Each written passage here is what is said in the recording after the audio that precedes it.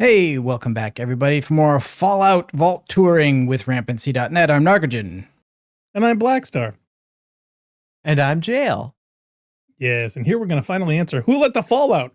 So Decca's already in the chat. Wow. He's saying, yeah. Hey, Deca. I know, I've been saving that one for a while. Who let the fallout? That's a good one. It is. Really? I thought it was terrible. Decca's in chat already. Hi, Decca. He says, yeah, be glad no one declared a wizard war. Why is it I showing don't know up so what much that more is. short What does slightly? that mean? What is that, Deca? Is that a Destiny What is thing it? or something? I don't think so. Please. I just don't know if he's typing in the right chat or not. So if he's not, that's funny. Anyway, okay, so we're going to be doing some more Vault because Narc can't think of anything else to play. No,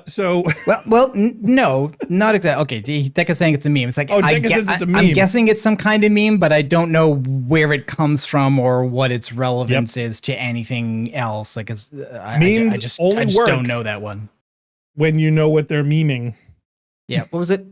One of H. Bomber Guy's videos basically says in-jokes are what we call memes when they're funny. Right, exactly. You know, or there are animations that go along with it. Sadly, it's hard to do in chat. But anyway, Now we talked about, I think it was Vault 108. Am I remembering the right one? Actually, before we get to the vaults, I do just want to bring up one other thing. Okay, so we started doing this Fallout thing because the TV show came out, and it turned out that, which we couldn't have predicted. Big hit. Lots of people seem to like it. People who like the games like it. People who didn't know the games like it. And it seems to have bridged the divide.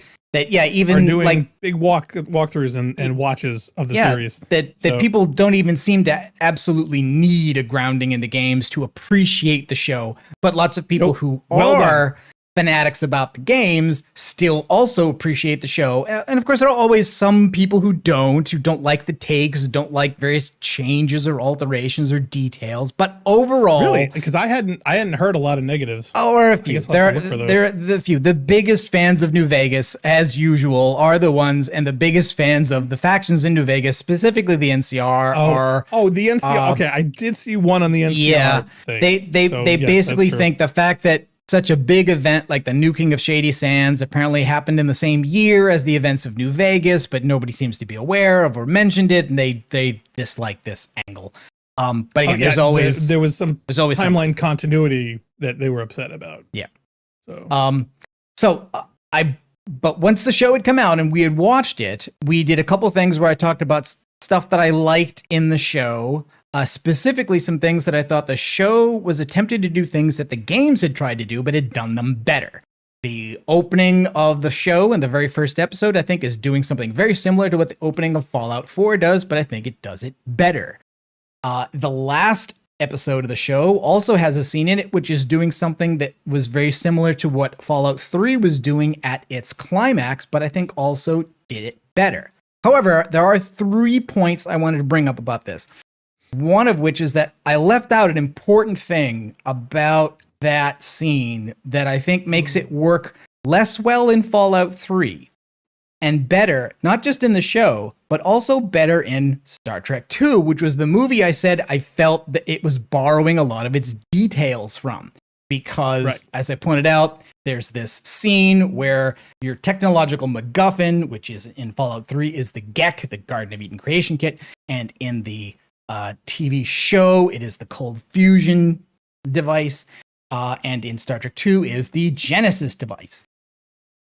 And there's something very important about the Genesis device and the way it works in its fiction that makes the scene that Fallout 3 borrows, in other words, a scene in which you're looking through a transparent window into a chamber filled with radiation where an important character sacrifices themselves for something very important.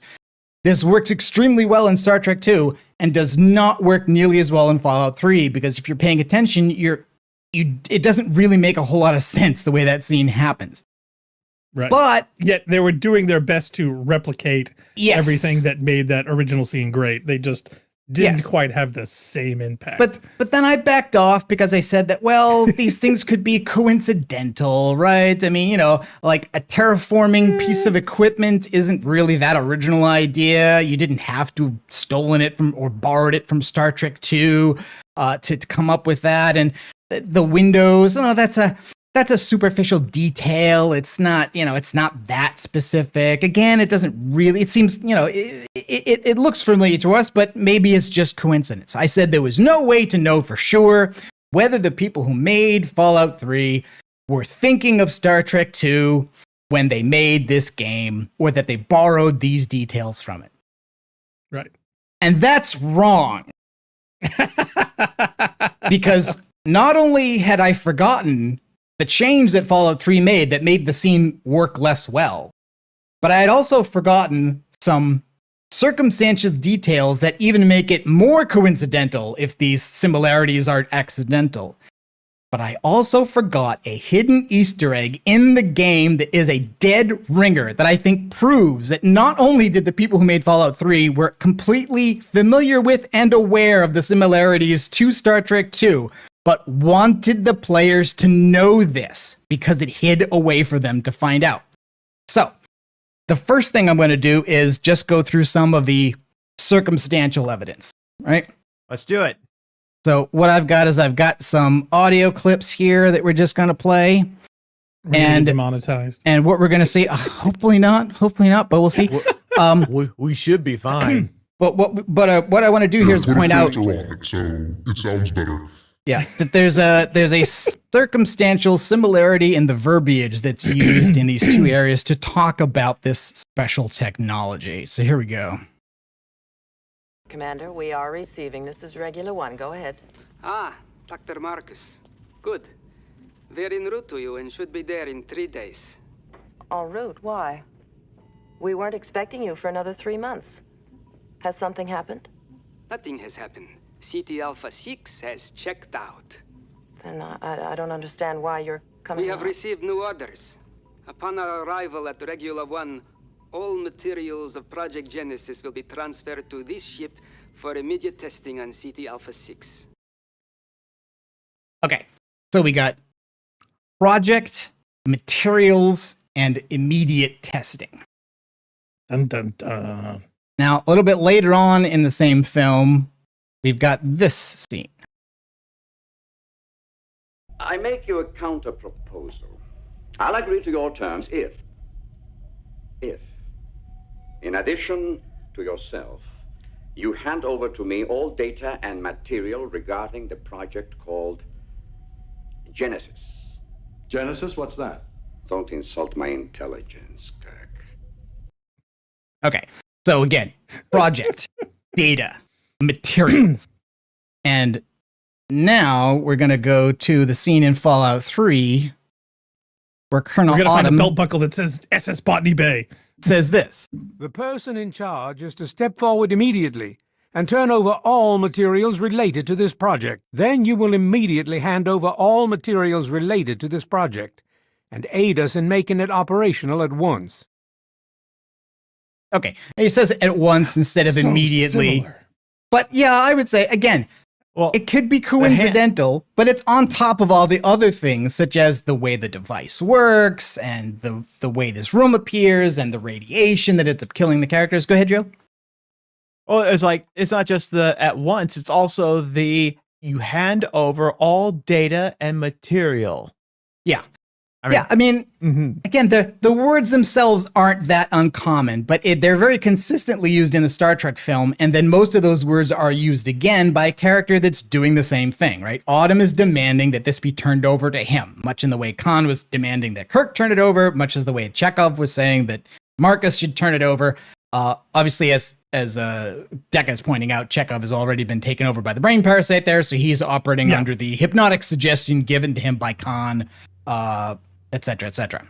Okay. Now, are there any discussions in the making of this game? Are there any like DVD bonus dialogue or mentionings that anybody else has come up with about this scene? Because it'd be hysterical if this has literally already been covered. I don't know, but I would say that one of the reasons why I was reminded of it is because I was rewatching some video series on Many a True Nerd, who does a lot of Fallout content. He's done video essays, I've done multiple challenge runs on Fallout, and he did a series when A Tale of Two Wastelands was released. He also went ahead and did a full playthrough of Fallout 3 in the New Vegas engine.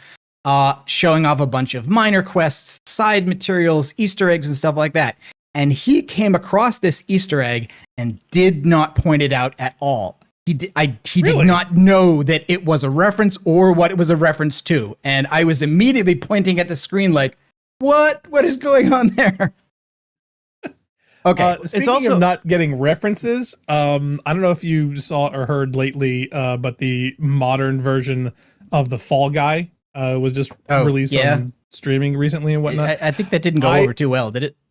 Well, no, here's the funny thing. It was, okay. Well, see, here's the hysterical part. Critically, it did fantastically.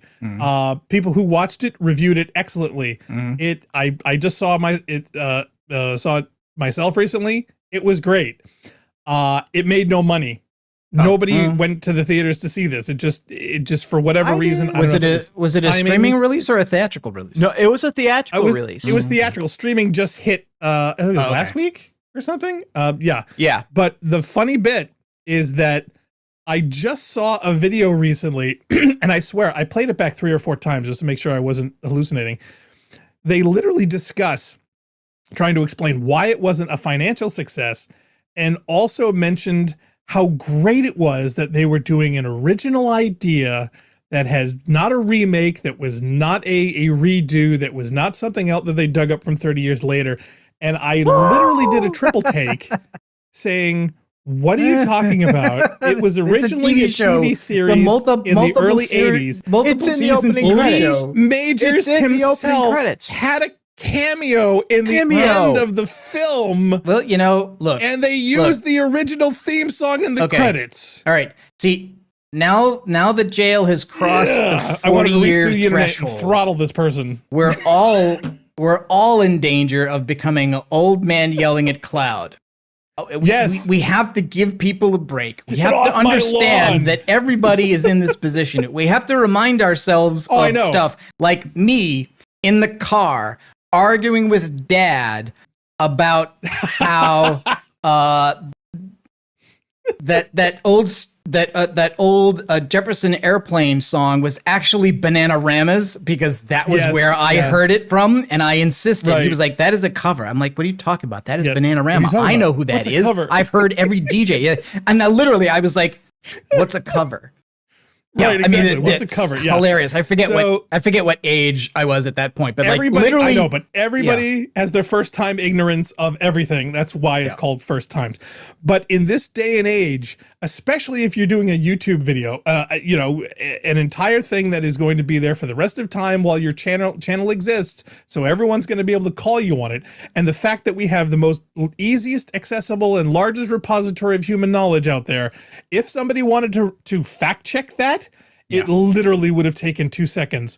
Fall Guy movie, and seen the results, or come up with IMDb, or come up with the TV database, or anything to find out if it was in fact original or not. It's not like that wasn't researchable. Do you know what I mean? So if you're gonna make a big statement like that, you'd think you'd want to research it a wee bit. I think that's what got me. I think not that they were mistaken. That happens, but the fact that they didn't look, that's what bugs me. It's also easy to understand where he was coming from. I mean, it's not original, but it is such a refreshing movie that was released. It was very fun. It was very fun. Mm-hmm. Personally, I thought the dialogue between the two lead characters could have been sharper. I think there were a lot of moments where they were just dumbstruck and couldn't get words out, and they had a little too much of that. That was the only complaint I had about the film. But again, my standards were your expectations were very, very low anyway. I had a feeling from the trailers, which were great, of what it was. It's a stunt show / movie for stunt show / people. It's movie making for movie makers. You know what I mean? It's the kind of thing where they're literally harping on all the things that they have to deal with on the production side of things. I mean, even the end credits, you got a chance to see them making the stunt movie of making the stunt movie. You know, it was very a lot of inside baseball. Yeah, exactly. There were inside jokes and inside references up the wazoo. And I think that was a good thing, because there are a lot of stunt people and of course they referenced in the film, there's no Academy Award for stuntmen or women or stunt performers. There's no real focus on Really? their work, which is critical to the industry. They still never rectified that? In fact, But they added one. Did they add one for performance capture so that Indy Circus could win something? In fact, I'm sure there's also a disparaging set of arguments for either side of that. You know what I mean? So I know I've read articles about it, but I couldn't remember if those articles were about like, oh, they should do something like that, or whether it was like, oh, they have done that. They've added a. Yeah, they've added. It's been heavily discussed, but this thing was a stunt movie for stunt men and women. Yeah. In fact, there was recently a documentary that was covering women in the stunt industry and all the contributions that they've made and whatnot. That just excellent. I highly recommend it. I got to find out what that one's called. Hold on. If you're just joining us now, join us on our podcast episode about Fallout Guy, the latest hit movie from. Okay. Anyway. No, yeah. So, but again, as far as finding things or doing research on stuff, that was just like the latest example in the same things with video games and television and film that it just jumped out at me because it was relevant this past week. So that's why I'm referring to it. And it does have my favorite Jason Momoa role he's ever done. That was great. I was like, first time no spoilers, but man, it's funny. Yeah, that was great. Okay, so that was the first part I wanted to get out, which is that there were additional coincidental details that I think provide more circumstantial evidence that that these ideas were linked. That whether or not the original creators of Fallout back in the 90s were thinking about the Genesis device when they invented the GAC, that may or may not have been true, but I think definitely the people making Fallout 3 were definitely thinking about the movie as well. And since the movie came out in the early 80s, it's old enough to be source material for either versions of the game, the old ones or the new ones. The second thing, though, is that one of the reasons why I think that scene doesn't work as well in Fallout 3 is because of something that's true about the Genesis device in Star Trek that is not true of the GAC or of Project Purity. And so I'm going to play another couple of audio clips. You boys have to be clear on this. There can't be so much as a microbe or the show's off. Okay, so that's Marcus talking at the beginning about this is before the crew of the science vessel has encountered Khan or had their ears invaded by worms or any of that stuff.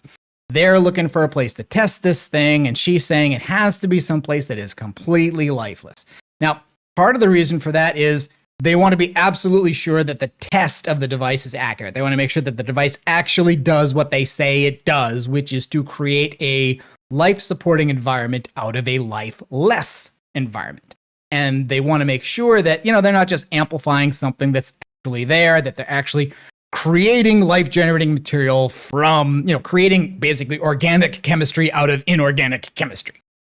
Or destroying what potential life could spawn from there. That is the other essential part. So the other essential part is this scene, which also occurs early in the movie. I'm sorry, Narc. I should have seen that coming. Goes like this. Dear Lord, do you think we're intelligent enough to...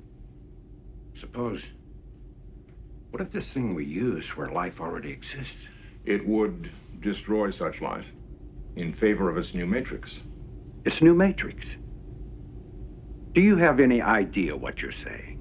I was not attempting to evaluate its moral implications, Doctor. As a matter of cosmic history, it has always been easier to destroy than to create. Not anymore. Now we can do both at the same time. According to myth, the Earth was created in 6 days. Now watch out. Here comes Genesis. We'll do it for you in 6 minutes. I do not dispute that in the wrong hands. In the wrong hands? Would you mind telling me whose are the right hands, my logical friend? Are you by any chance in favor of these experiments? Gentlemen, this isn't... Really, Dr. McCoy, you must learn to govern your passions. They will be your undoing. Logic suggests... Logic? My God, the man's talking about logic. We're talking about universal Armageddon. Okay, so... I love the fact that neither of our lip syncs are even going to remotely match up because of the delay, and they're going to look hysterical. Yeah, I don't care. That's great. That's why I love doing it. I don't care either. That's the only reason I didn't do one. Although I felt all three of us doing it would have been no, even sillier. I wanted to do it on purpose. Fair. I wanted to be Fair off. It's perfectly synced in my headphones, as I'm sure it's perfectly synced in jail. But visually, it's going to make absolutely no sense. So I want people to know we're doing this on purpose. We do this a lot. I should make a special people edit of that. They start typing in the comments. Oh my God! Yeah, we get the joke, guys. Yeah, we've been doing this for a long time. So okay, so this is the essential detail about the Genesis device that is missing from both Fallout 3's GECK and from the cold fusion tech in the Fallout show. And it's why the scene in Fallout 3 doesn't really work, and why having that scene turn out differently in the TV show works. And this is the detail of it, right? So Autumn busts into this as your dad, James, is trying to get this thing to work again. And he demands, like Khan did, that it all be turned over to him. And what happens is that James, Liam Neeson's character, basically decides to defy him. Autumn shoots one of the scientists, and then eventually what he does is he sabotages the machine, sets off a massive dose of radiation in this chamber, kills himself, and Autumn basically injects himself with something to try to save himself, and so he survives the scene. So James isn't even successful in killing him. But you've got to wonder, why does it matter that much? It's worth Spock sacrificing himself to save the Enterprise because that makes sense. And it also makes sense that if you had to sacrifice yourself to stop Khan from getting the Genesis device, it would make sense, because while the Genesis device has, this massive upside of life-creating environments, it also would be an ultimate weapon. And characters in Star Trek 2 and Star Trek 3 are very open in talking about its role as a potential doomsday weapon. The GECK never is given any of that, and neither is the cold fusion tech. There's no reason for James to kill himself to stop Colonel Autumn from getting on control of something that he's nominally using as a water purifier. Now, there is a detail later in the game that James is unaware of because it happens later, that there are elements of the Enclave faction that want to use the purifier to poison everybody. They literally, like President John Henry Egan, who is a computer voiced by Malcolm McDowell, wants you to put a modified version of the forced evolutionary virus into the water purifier because he believes that it will kill all the ghouls and the super mutants, as well as all the people living on the surface who've been affected by radiation, which turns out, if you actually do this in the game, includes the player character. All the purified water produced by this thing, if you put that in it, harms you, and if you drink enough of it, you will die. But that's not true at the time that the Liam Neeson character makes this decision, so it doesn't really make sense. And the scene at the end of the TV show is better because instead of deciding to kill anybody or sacrifice your life, Lucy tells her father, give her the code, and they turn over the cold fusion technology, one, to a faction that for the most of the show has been viewed as the bad guy. These NCR remnants, this Jail, what was she called? The lady of the flame. What was the name of the Lady cult? of the Flame? Yes. Yeah. Mm-hmm. I mean, the Lady of the Lake was taken. So yeah, she's on a quest for revenge. She's homicidal. She kidnapped your dad. You think she's the bad guy when that goes on? Oh, hi Zale Mannix, how you doing? Hi Zale. And yeah, so Zale mentions a bit about James and the Enclave. Yeah, so it is a reversal. Now, yes. James has knowledge of the Enclave, and players who've played Fallout 2 before, they also perceive the Enclave, but Fallout 3 was a bigger hit than the older games because it was a first-person shooter coming out on consoles in the era when FPS games on consoles had become a big deal because of the Xbox and because of Perfect Dark and because of Halo and all these other things. Right. So it's got a bigger fan base, and they couldn't be expected. Like when the Enclave shows up at this moment, most players of Fallout 3 don't know anything about the Enclave because they haven't played Fallout 2, and they don't know anything about the Enclave in Fallout 3 because this is pretty much the first place they appear. Like there are places on the map you can go to find out some stuff about the Enclave, but they're further away than the main plot. And so if you're only following the main plot, you find out the Enclave exists when this scene happens. So kind of weird. So the third thing, though, is that I was again wondering, like, well, this doesn't really matter if it wasn't intentional. Like the fact that these similarities exist and the fact that this scene is kind of weak, it doesn't have any connection to these other things if this similarity is coincidental. But I don't think it is coincidental. And in order to prove that it's not coincidental, we need to go talk to Sierra Petrovita. Dun, dun, dun.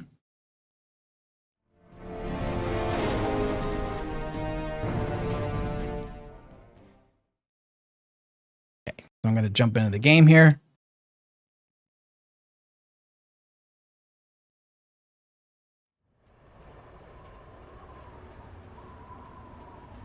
See if I can remember how this game works.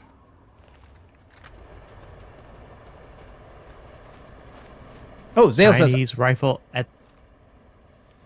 What does Zale say? I actually just finished Fallout 3 base for the first time ever, so I'm surprisingly ready to discuss this topic. Oh, all right. Well, we're doing a side thing, actually. Wow, he said like he literally just finished it like an hour before the stream started. Oh, that's awesome. It's nice to know that we're topical, at least for some people. Okay, so the main plot of Fallout 3 basically starts you in this area, Vault 101 in Megaton, and you do a lot of stuff in the DC area, and you have to go to certain places like this vault and this settlement here, Little Lamplight, and you will eventually get taken out to Raven Rock and then have to come back.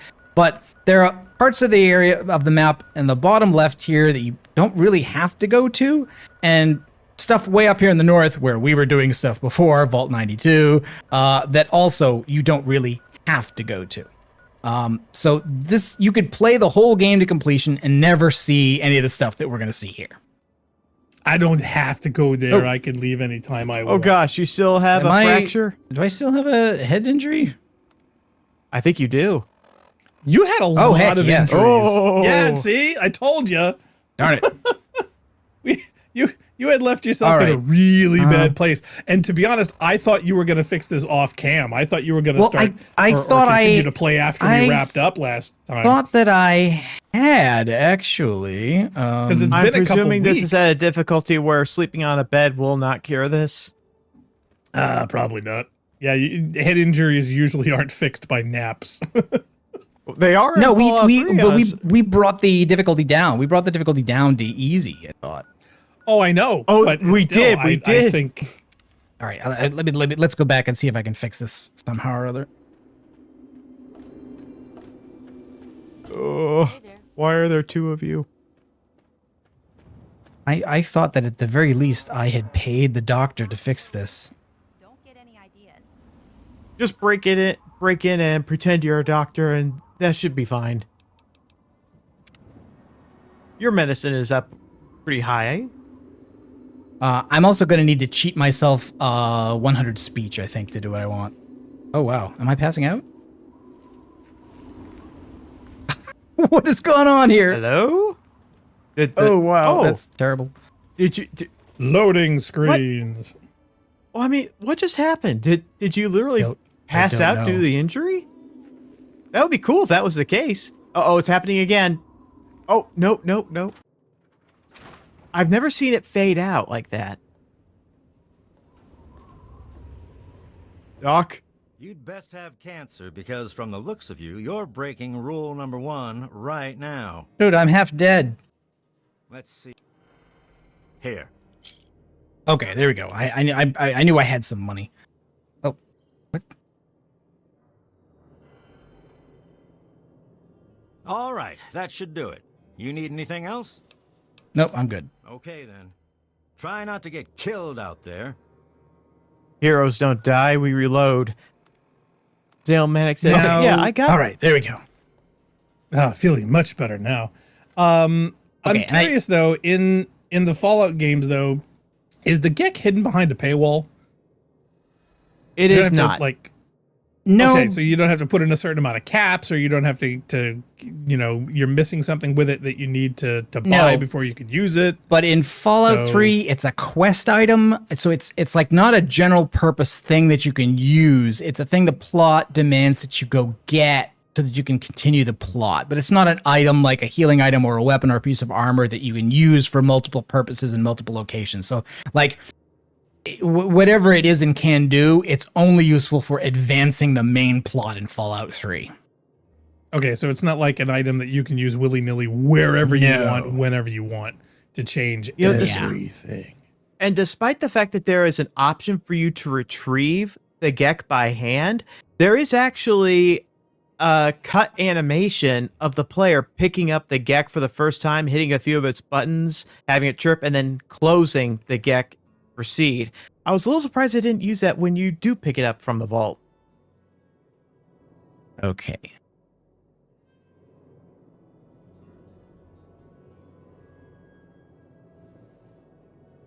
I'm yes, Deca. setting some of my character attributes to make sure that we don't get locked out of the stuff I want to show. Since we're talking It would about be funny if you got lifting soft locked now. Since we're talking about Star Trek, and Zale's talking about from Star Trek. Yeah, no, go ahead. Okay, since we're talking about Fallout Living from Star Trek, one of the things I would like to do is add in the like a Star Trek 3 mode where they activate the self-destruct, where instead of picking the Gek, you activate the Gek on a timer and you leave the vault ahead of the Enclave, and when the Enclave come in, they see the Gek and it's cute little timer, and it's like, oh, it's turning on. Well, the whole big thing with the Genesis device was the fact that it was triggered by somebody else and then we had to stop it. Whereas this one, isn't it the opposite, where we have to go someplace and trigger it? So, well, or is it like totally up to you where you can decide not to do further a different plot by not using the thing? The usage of the Gek in part 3 is different than how they used it in part 2. Because it is a one-time use only device. But in here, it seems that James had found out a way to kind of salvage some components to use in the purifier that the purifier was missing. So they're not necessarily using the whole Gek for its purpose. They're using portions of it that would make the purifier work. Which is why DC doesn't go up in a big Gecky explosion when it turns on. Zale had also mentioned a bunch of things he got about the impressions of James, Dad, Liam. He thinks that they were aware of who the Enclave was, especially, in connections with the BOS. But it's from an possible, Arthurian but perspective, so. But given that there's no dialogue of James to the General Autumn over that, it's kind of given a little too much credit where it is. It is very rushed. Like Autumn shows up out of nowhere. You have no idea who or what it is. He mentions scenes that they establish as the main antagonist. I guess there were some early ones. Oh yeah, that's what I'm saying. Fallout Amazon sounds like. Yeah, like the scene where Autumn comes in is there so that he can kick a puppy, so he can establish that the Enclave are the bad guys. And that's why, it doesn't even make any sense. Like, even if you just interpreted that, like, yes, Autumn is part of a faction that wants to have power. Someone who has this ability to generate all this clean water, well, that's power and influence, right? People would need a thing that he has, and he's willing to be ruthless to get it, which is why the first time when James refuses, he just goes and shoots a random scientist in the room to show you that he's the bad guy. But it doesn't make sense for him to do that, really, and it doesn't make sense for James to be willing to break the thing and kill himself. He should have taken it down to the gravel pit and shoot it like a normal person. Yeah, like, until you find out that John Henry Eden wants to use it to poison everybody, your idea is like, well, okay, it'd be better if a powerful... It'd be better if a powerful evil faction didn't have control of this essential resource, but it's not that bad. It's not that bad that they have it if they're going to use it for its intended purpose, right? Like the Brotherhood of Steel also aren't unequivocally the good guys in the franchise. In fact, I think that's one of the reasons why they made the Brotherhood of Steel the unequivocally good side in Fallout 3, is to provide the easy contrast with the Enclave. In a world in which the Enclave are just kind of dark mirrors of each other, where they're both kind of fashy and they want control and power and they don't really care about what happens to everybody else, you'd really wonder, why do we care who gets the purifier between the Enclave and the Brotherhood? It wouldn't really make sense. Well, the one thing that I liked about the TV series, at least, because again, I'm not a Fallout player. I know little to nothing other than what I've been exposed with you guys, is that it never comes off to me as the old tired dynamic, good versus evil, black versus white, us versus them. Yeah. It's teams. And each team has their own pluses, each team has their own minuses, and each one has their own separate goals and their own separate methods. And I like the fact that they're more dynamic, that they change over time. They aren't always just one thing and only one thing. They aren't simplistic. They actually have some depth and some variation. And I find that far more interesting. And I've always, and that's even going back to when Destiny came out and they said, oh, it's the Darkness and Light saga. And I literally did a face palm. It's like, oh my God, seriously, we're going to do the good versus evil BS again. We're not going to have something interesting, something different, something never been done before. And that's one of the reasons why I love the Fallout television series. Especially since it's not like that. Halo didn't do that. Halo kind of started off by that and moved away from it. And to be honest, I think Destiny has also been trying to move away from that kind of, but then they needed a villain for the ending, so they kind of come back from it the other way. And right, from D2, but the original D1, that's literally what it was from soup to nuts. The majority of D2, you got that impression as well. So in fact, we discussed many times that humanity's the bad guys here. So but having, because that's far more likely of what the real world is like, is that there are no good guys or bad guys. There's just teams. There's just nationalists. There's just countries and regions, and all of them are doing things for their own purposes and their own reasons with their own methods. Yeah. And by the way, Fallout 3 is actually the game where it probably comes closest to being like that in terms of there's just clear good guys and bad guys. This version of the Brotherhood and Steel is the closest we ever get to them really being good guys. They're still kind of isolationist, and and their individuals are kind of jerks to people sometimes, but they're not. Everybody's jerks. Evil. They're all jerks. It's just a varying of degree. Yeah, and unlike a lot of the other games, this one doesn't really give you any choices of which team you support. The main plot basically involves you opposing the Enclave. You can't agree with them. You can't join them. You can only secretly do the evil thing that John Henry Eden wants you to do, but you're still going along with the Brotherhood and making, you can't decide to blow up the water purifier instead of run it. You can't decide to give it to the Enclave instead of the Brotherhood. You can't destroy the Brotherhood. You can blow up Megaton. That's about the evil thing you can do. But all right, anyway. So Sierra Petrovita here is a fan of Nuka-Cola, as if you couldn't tell by looking at her little shack here in Girder Shade, where she's got a lot of bottles of Nuka-Cola, her own Nuka-Cola machine, a bunch of Nuka-Cola merchandise, and so forth. And you could be forgiven for wondering, what does this have to do with Star Trek? Good to see a new face in Girder Shade. I take it you're here to check out my Nuka-Cola collection and take the tour. Well, sort of. I have one of the best Nuka-Cola collection in the Capital Wasteland. Heck, I've won the Nuka-Cola Fan Club Collection Award for the last 10 years in a row. Yep, I'm the president, the recording secretary, and the treasurer. Once a year, we gather here in Girder Shade to have a cook-off using Nuka-Cola in the recipe. Last year, I went with my poached roach and Nuka sauce. Delicious. Well, only 2 right now, me and Ronald. But membership is open to the public. You can join if you like. Sure am. Crazy for the taste of Nuka-Cola. Look, we can just talk about it all day. Or you can take my tour of the place and drink some frosty Nuka-Cola. You game? Well, come on then. Let me show you around. But no free Nuka-Cola until the end of the tour. She's going to have kidneys the size of a Chuck P. Zale in the chat says, if I've learned anything from D&D is that the primordial forces are boring until you start really digging into the implications. By John Caleb Braverton in 2044, it quickly became the world's most popular soft drink. Now, there's a whole subplot here between her and the other guy whose shack is next door. Basically, he's got the hots for her, and it's the defining aspect of his life and his character. And there's an option basically where she's going to give us a quest shortly to collect 30 bottles of Nuka-Cola Quantum, which is this special is there a, glowing version of the drink.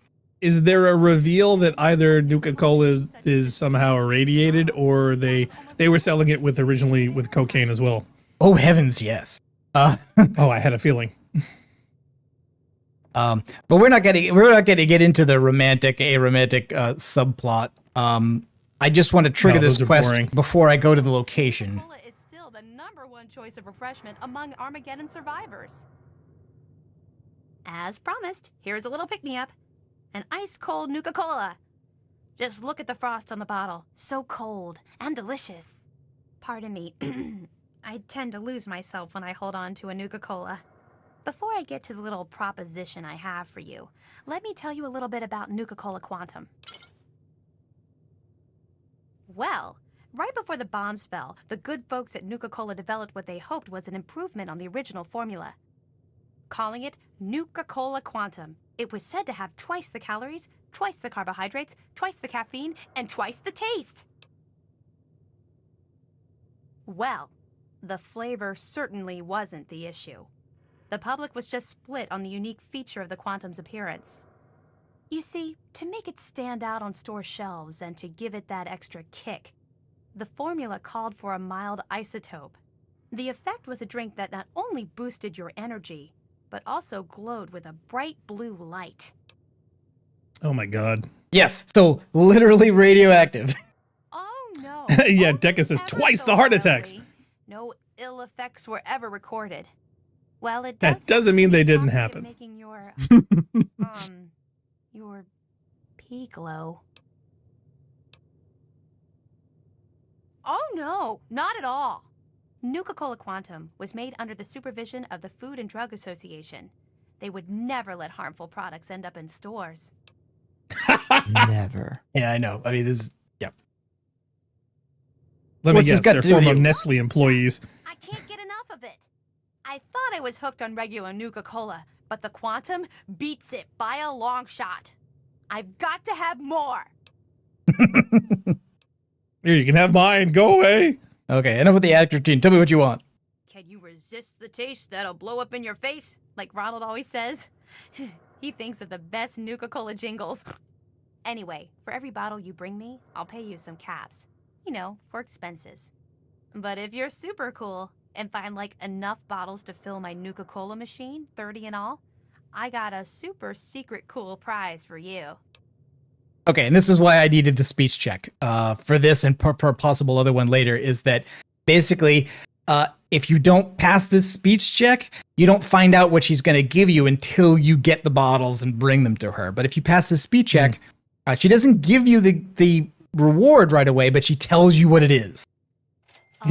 Oh, okay. I have a schematic for the Nuka grenade, the only one in the whole capital wasteland. Bring me the bottles, and it's yours. Imagine the look on the target's face when they are burning alive in an effervescent explosion of cola and fruit flavors. So, what do you say? Will you bring me the bottles? We're not actually going to do that, but I am going to agree. Nope. Oh, goody! I can taste the Quantum. I've already done this one. I'm pretty sure I have the achievement on Xbox 360 to prove it. Okay, so some other trivia that I'm going to repeat that's basically mentioned in that Miniature Nerd video. One is that there actually is, all of Fallout games usually have a mechanic where you have drugs that will give you certain temporary benefits, but it's possible that those drugs have side effects, and that also using them multiple times leads to addiction, which gives you stacking debuffs. So this game is the only one in which there is Nuka-Cola Quantum, and it's also possible to get addicted to it. So the canonical interpretation of what's going on here is that Sierra is addicted to Nuka-Cola Quantum. That's why she wants you to get so much more of it. And I think he was pointing out that because Fallout New Vegas is built on the same engine, Nuka-Cola Quantum addiction exists as a status effect you can get in Fallout New Vegas, but there's hardly any quantum in the game, so it's not really possible for most players to get it. I think one of the DLCs has one crate of quantum in it somewhere, and it was unclear whether that was just kind of a mistake where they put the wrong kind, because basically there's another Nuka-Cola variant that exists in that game that doesn't exist in the other ones. And later on, when you get up to Fallout 4 and Fallout 76, they just do like a bunch, even more variations. She's also not accurate by saying that this schematic for the grenade is the only one in the wasteland, because there are, I think, 2 other places you can get it. Well, besides what I've Including already one told from a you, perk. not much. They were working on a way to prevent the glow from remaining once it passed through a person's system, but it was never perfected. I heard that the stuff they used to make it glow and give it that kick has a shelf life of over 1,000 years. Should make the bottles easier to spot. The bottles do glow. Well, the bottles are glass just like regular Nuka-Cola, except the glass is clear. That way the glowy stuff inside shows through. You'll know it when you see it. Oh my! It's like a tidal wave of flavor washing all over your body. Your head spins, but everything is clear at the same time. It's quite a rush. Addicted? Why would you say that? I can stop drinking it anytime I want. That's so silly to think I would get hooked on the most delicious soft drink ever devised by man. Okay. Okay, shoot. Where should we look? In fact, I do. Surprised you, didn't I? Your best bet would be to find the ruins of the DC Nuka-Cola bottling facility. Find the shipping manifests inside. With them in hand, you should have a good clue as to where the quantum was delivered. While you're there, you may even be able to find some bottles of quantum. Well, the DC facility was like their main factory just before the bombs fell. All the research they did was performed there. It was the only facility to ever produce quantum. They were in a test market mode, and they would have expanded production if the drink caught on. Too bad they didn't. Otherwise, quantum would be as plentiful as regular Nuka-Cola. And this is probably the built-in explanation for, well, where did Nuka-Cola Quantum come from, given that we don't see any in Fallout 1 or Fallout 2? How can it exist? Well, okay, so it was only made, it was basically a test product. It was only made in the DC area. It was only distributed a little bit, and this was done right before the bombs fell, so there was never any time for it to become, a worldwide popular product. Okay. Hurry back. Maybe I'll make some of my legendary quantum sorbet. All right, so we're going to go to the place that she just gave us a map marker for. We're not going for the reason she wants us to go, though. Yeah, no, and we don't want to talk to Ronald. None of your damn business. Oh, Zale wants to remind us, blue is not a mild isotope color. Blue is a drop and run color. Oh, yeah. I mean, just spectrum-wise, right? Red being low energy, blue being high energy. If something's emitting blue light, it's on the small, small wavelength, high energy kind of thing. Yeah. Don't want to. Well, the funny thing is the funny thing is that there were actually radioisotope containers that actually had drop and run labeled on the thing. And you got to think, if you were close enough to pick it up and read that and have it there long enough to get to the end of that sentence, you're already dead. So, not to mention the fact that the comprehension level of drop and run, I wonder what that's all about. Yeah, how many people are really going to grasp how endangered they are at that moment of reading it while it's in your hand? Not a lot. In fact, some people would probably still be dumb enough to put it in their pocket, play with it, toss it to a friend, do an inordinate number of bad, horrible things and not really grasp what they're reading if they were to find it. In fact, there was a story, I think there was a core or a core component from a reactor that had the isotope little vials. I think it was from a university that had a research reactor that was decommissioned, and it was accidentally sent to a junkyard somewhere, and some people breaking apart the components found the isotope containers that actually had those words on it saying drop and run. Mm-hmm. And I think either one or two of them got massively sick. I think one of them died. But yeah, it was a horrible, horrible story where that literally happened to someone.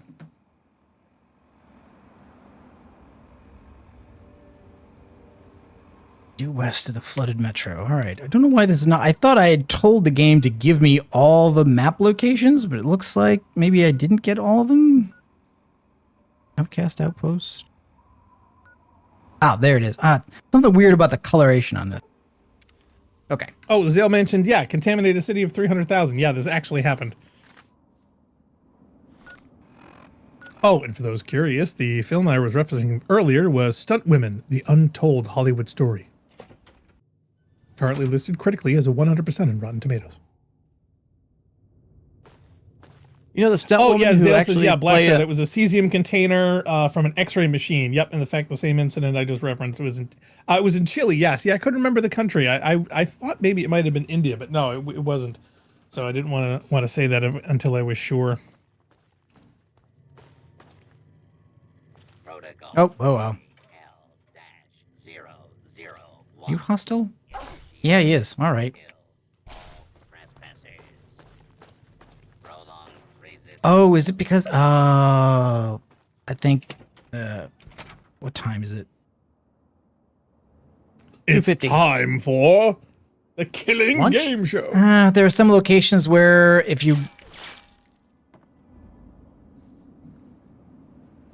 at a place at the wrong time, it's trespassing. But like the robots still give tours during the day.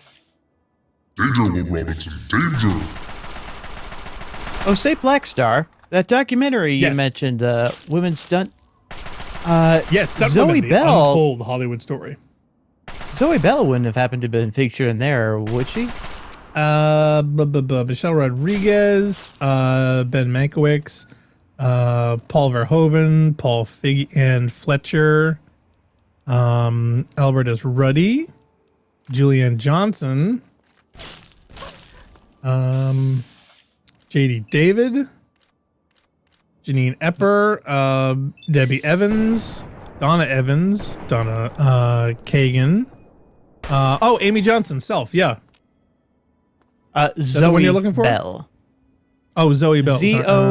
Z-O-E with 2 dots over the E. Bell. B-E-L-L. I bring this up. Don't She's see the, her yet.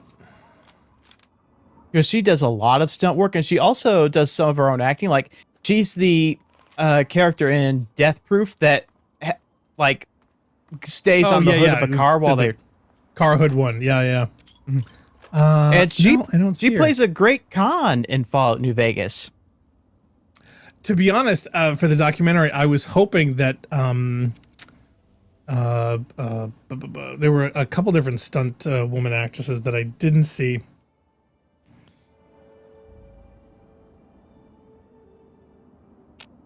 Patricia Tallman being one of them.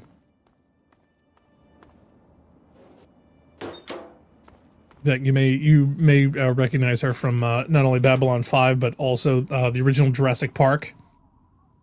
She did a lot of stunts in the original Jurassic Park film. In fact, you remember the scene on the ladder where the girl is running away from the raptors who are trying to jump up into the ceiling? That scene? Yes. That was actually one of the first facial replacements that Spielberg had ever done. And Tallman was the actor, and they put the little girl's face on her body for that scene. Okay. And this is why I needed to lockpick 100. This is a very hard lock. Basically, it allows me to skip this dungeon and get to the end of it without having to fight all of the first robots and second the Mirelurk variations that have been swimming/drinking Nuka-Cola Quantum, the Nukalurks. Had more weapons, maybe I'd show those things off, but come on. Yeah, Xandra Kennedy is the only Z name that I've seen in this so far. Sorry, no Zoe. Maybe for the sequel. No. Come on.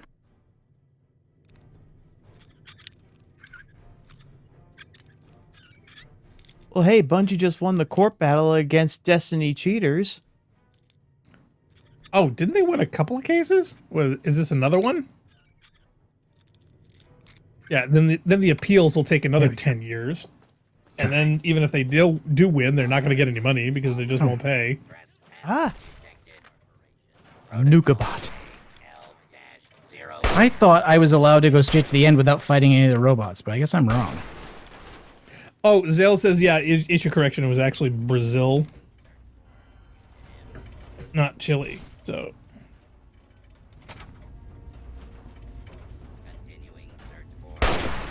And he says, yeah, it was a radiotherapy machine, not an X-ray machine.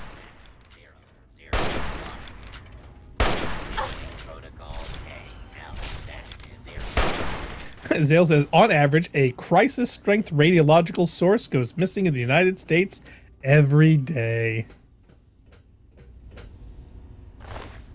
That's comforting. Or if whatever the opposite of that is. Being, yeah, you mean horrifically terrifying, then yes. That guy's actually... Are you actually trying to follow me? You just... No, then the game would be follow me out. Execute expulsion. Pew, pew, pew. You're literally going after this thing with a bolt-action rifle. It's actually the best weapon I have. That's what I find terrifying. Executing protocol Oh, and now I'm out of bullets for this too. What have I got? I think we're seriously ill-equipped for this engagement. Well, we usually are. I was hoping you'd cheat. We are. No, I know. Just cheat. Not enough. More well-equipped. You're just cheating in the wrong spots. Oh, this is also a neat thing that I don't think they've bothered to put in any of the other games, but like Nuka-Cola is a food item. So, and since it's since it's a pre-war one, they've all been irradiated. So you can see that this gives you 2 rads, but it also increases your hit point. It is a healing item, just like other food is a healing item. But Nuka-Cola heals more when it's cold. So one of the benefits of, say, having a access to a house, like the one in Megaton that you get for doing the quest where you defuse the bomb, is that it has a refrigerator in it. And when you collect Nuka-Cola from the world and put it in the fridge, it becomes ice-cold Nuka-Cola and heals you for more. Which I always thought was like, it's really small and pointless, but I always thought it was a really cool touch. You can see here, Nuka-Cola gives you HP plus 10, but ice-cold gives you plus 2. You know, how long does the cold last? I don't remember. I think it's permanent. I think it just changes status once you put it in the fridge, and it doesn't matter, you know, that you take it out and carry it with you. It's just a permanent status change. If only radiation worked that way. It's funny. There was actually a running gag for the longest time at one of my former places of work, where apparently we discovered that on frozen bags of ice, there's actually a label on it that said that ice is food. And or at least for some classification of it or whatnot, rather than just water, it's actually considered food after you freeze it. That is such a thing I would never say to anyone about ice. I don't understand it, but it actually was on the label of the packaging. 0 nutritional value, right? I mean, like. Well, see, that's just it. It's like, I'm sorry, how does frozen water suddenly become a food item? But for some legal reason or for some classification of this company, it had it on all the ice bags that we got. And it wasn't a mistake. It was done intentionally for some weird, inexplicable reason, legal or otherwise. But it was just a running joke for the longest time. Ice is food.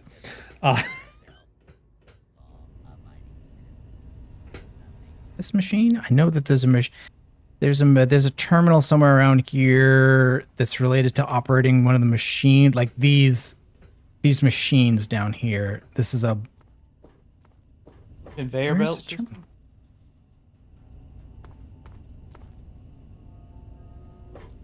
Yeah, there's a terminal that's supposed to tell you that since the bottles of quantum weigh more than regular bottles, you can't put them in the machine, and so it will jam. But you can try to do that anyway, and it's a way of getting the factory to give you some bottles of quantum. Oh, Zale mentions, there was also the Leah incident, where 2 Soviet radio isotope thermoelectric generators were found in the country of Georgia. The men who were exposed used the sources for warmth in a blizzard. Okay, I think it's this room. At least we're not using gold bars. Now those are heavy. What do you think this There's is? that word again. Dead money? Heavy. Why is everything so heavy in the future?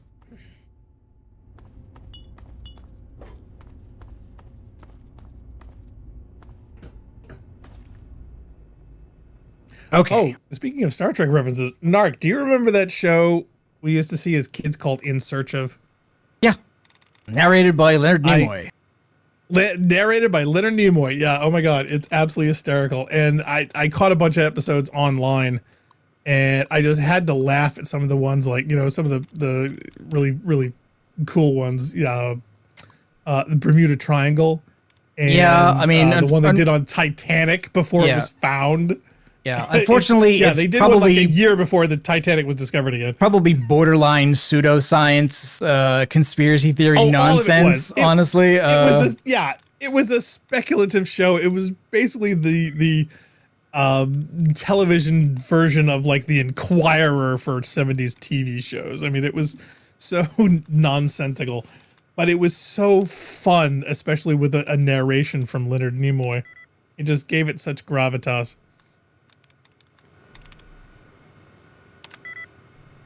All right, so I'm pretty sure it ends in S, but I only have one guess left. I can back out. Try again. It's very easy. It's so easy. It's doing it itself.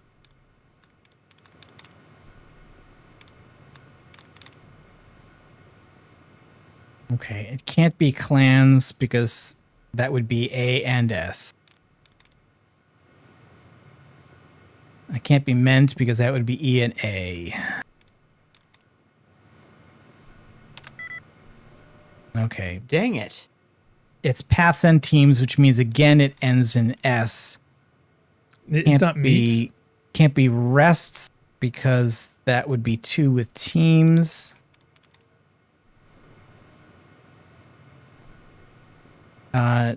No, because meets has E in position 2 and S in position 5, so that would be 2 out of 5 correct, not 1.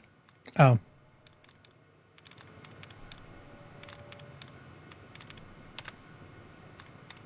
I'll go through and remove all the duds.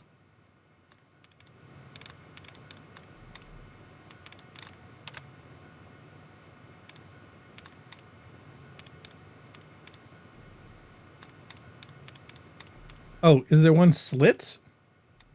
What are we looking for? We're looking for the right word to get us access. Yeah, we're looking for but a it word says teams and that ends in S, but that doesn't share any other of the positions with any of the words we've guessed. Ah, okay. Because the only thing that paths and teams share is the S, but they both were listed as, hey, you got one right. So could be signs. Okay, signs is 2. No, we tried means. Means was only 1.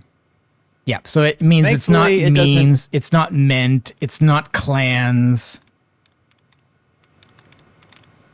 Thankfully, if it doesn't punish you if you accidentally select the same word. Yeah, it's not rests. It can't be piled.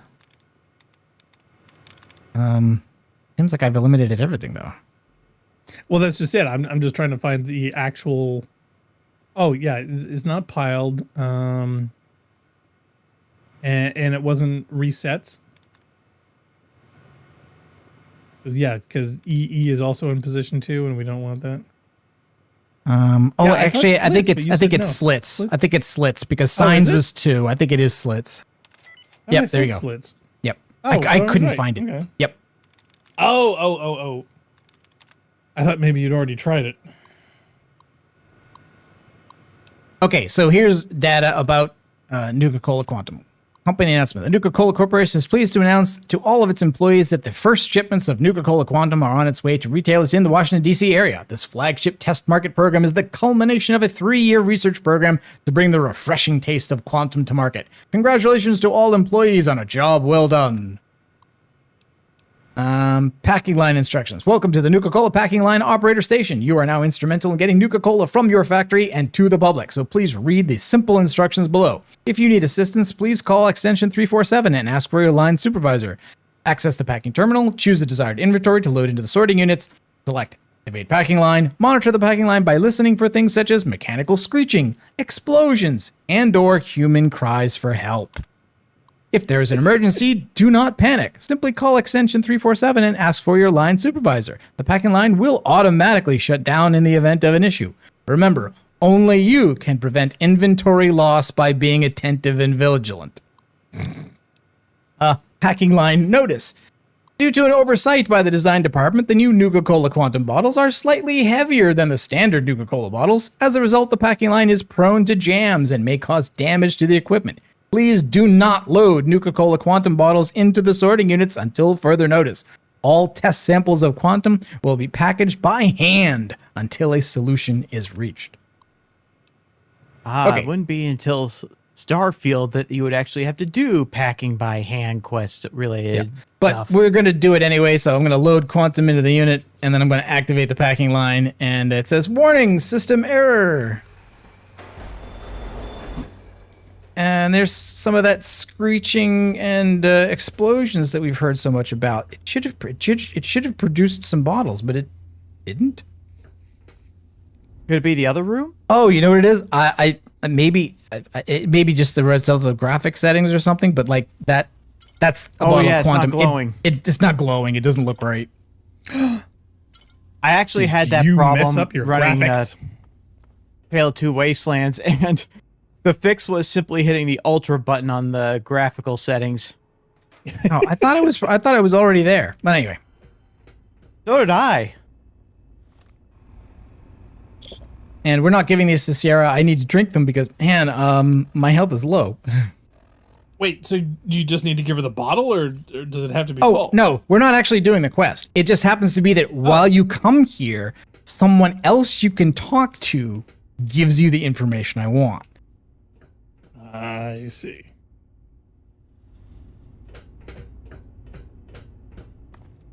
Oh, can you fix that robot? Oh, no, I can't fix him. I killed him.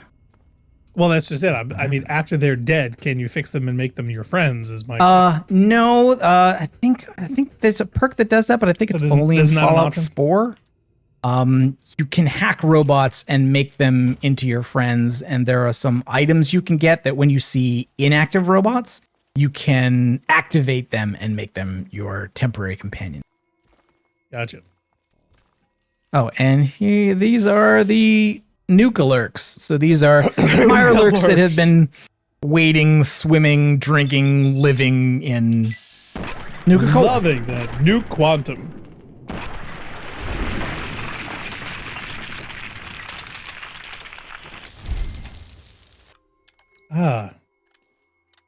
Self-cleaning mutant. Just leaves the fresh scent of pine. Mmm.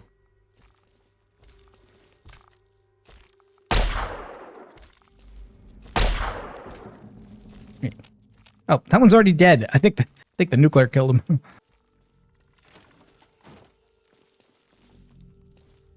I hope we don't see Mirelurk King variation.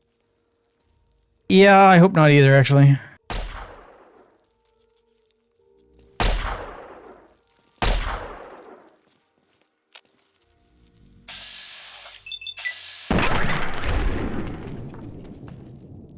I was waiting for him to come down and say, "Hi, can I help you?"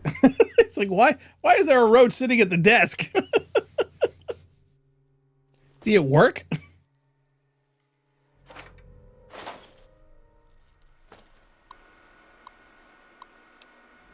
Is this the... Okay, this is the same announcement. There's nothing new there. Okay, here's the marketing plan for Nuka-Cola Quantum. Stage 1 of the Nuka-Cola Quantum marketing will include 2 15-second television commercials, 4 10-second radio commercials, and a highway billboard campaign. Spots on TV and radio will tease the new consumer with the blue glow of the drink, never showing the bottle in an illuminated environment. The billboard will show the bottle's blue silhouette on a black background. Tagline will be, "Try something new. Go blue." The name will not be revealed until stage 2. Hey, John Samido's in the chat. Hey, John. Well, the tape was made about a year ago, so I can only presume they reached stage two by now. By now. Stage 2 of the Nuka-Cola Quantum marketing will include 2 30-second television commercials, 4 15-second radio commercials, and a highway billboard campaign. In this stage, the name Quantum will be revealed and the bottle shown in full view. We will emphasize the drink's new energy content and flavor. The tagline will be "Take the leap, enjoy a Quantum." So, also a Quantum Leap reference if you think about it. I'm surprised they didn't have like new Nukem or Nukem Classic. Oh, we're getting to that. Stage three of the Nuka-Cola Quantum marketing will include 4 30-second television commercials, 4 15-second radio commercials, and a highway billboard campaign. In this final stage, we will aggressively compare the drink to other competitors and show their inferiority using hired actors at taste tests. The actors will read pre-written scripts approved by our department. The text should give an authentic, on-the-spot impression, but still clearly point out Quantum's strengths. The tagline will remain, "Take the leap, enjoy a Quantum." Do we have Nuka-Cola Zero? Or, oh no, I'm sorry, Nuka-Cola Zero Sugar.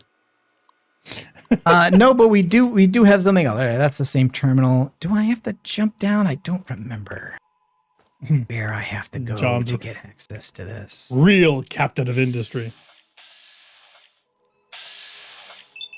Well, their secretaries seem to be cockroaches because they're hanging out at the desks.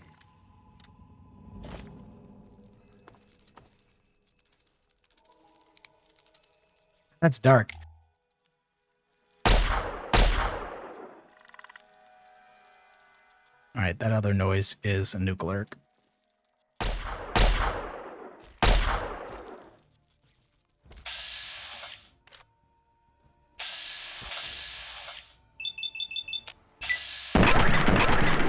Oh, that's gone not very well. Nope. Quick, get the baking soda. And that, and this, and the other thing. Give Uncle Scrotor a hug. Oh, there goes the piano lessons. Oh, no, I can't remember my dad. Oh, no, the roach. Oh, God, no. All that way to be killed by a roach from behind. That would be embarrassing. And incredibly hilarious. It would. Especially since I've done everything I can to make this whole trip shorter and less dangerous, and it's not mattering. And it's not turning out that way at all.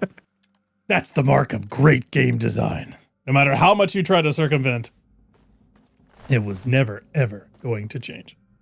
Deca says, yeah, 4 has cherry flavor, crystal, and other flavors, only cherry, quantum, and regular in base Fallout 4.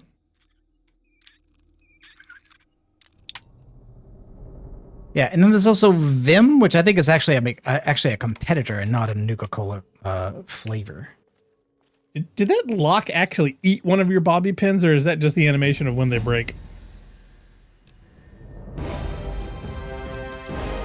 Okay. Oh, I should have given myself 10 intelligence, but I didn't. I think you do have 10 intelligence. Did I? Oh, well, that would have been smart of me then.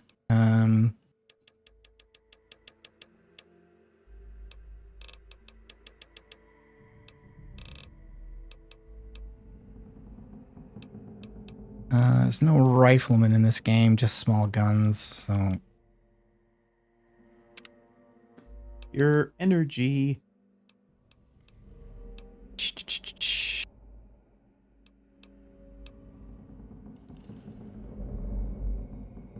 And unfortunately, this is the old version of the entomologist perk, where this is literally just... It's supposed to be just insects, but of course it includes scorpions who aren't insects.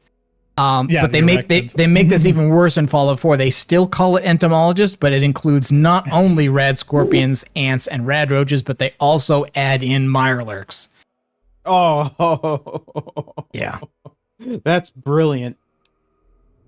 Fortune finder. All right, let's just try to keep ourselves alive a little bit longer. This is not a real playthrough. We'll just do it so I'll be a little bit tougher. Yeah, Deca says Vim and Sunset Sarsaparilla are the only competitors, and Nuka kept sabotaging Vim, which was the objectionably better drink and company.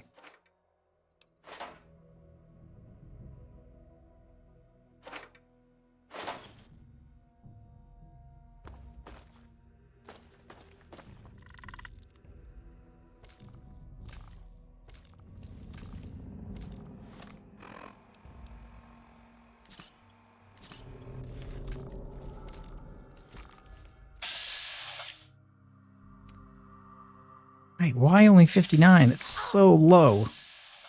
Point blank range. Here we go, 80. That's better.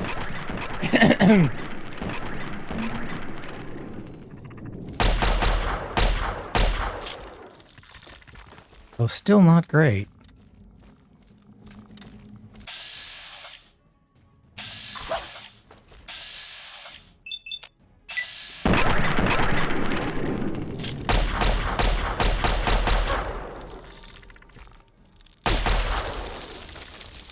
Yikes. Wow, what is your health, dude?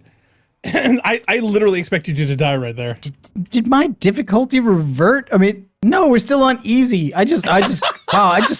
Well, again, You're just terrible pea shooter. We're level 6. We're not supposed to be here today. That's the bottom line. It shouldn't be anywhere. I'm not supposed to near be here any of today. this.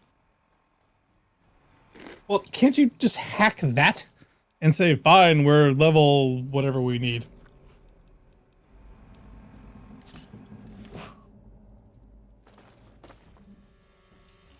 Yeah, it's also that every time you level up, you get extra abilities and stuff. So like there are whole things you should be able to do that I can't do because we haven't enabled it yet and stuff like that.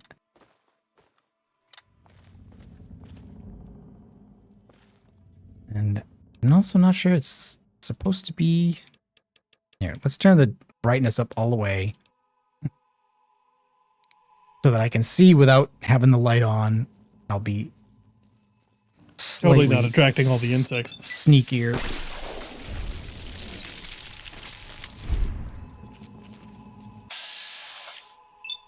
How you doing? How are ya?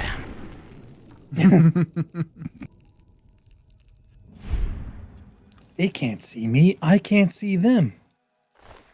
This video game adaptation of Joe's Apartment is rad. Does anybody remember Joe's Apartment? I do. Actually saw that in a theater. I made that a date movie. Oh wow. God, with whom? What do you think? Oh. I mean, really? Just remember what year that was, and that answers that question. Well, that's what I was trying to think. Oh my God.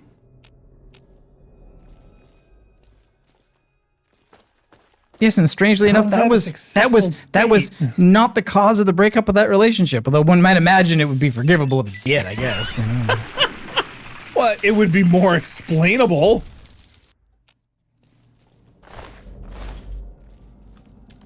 I've always thought that energy weapons should cook meat if they kill a thing, but they never did that.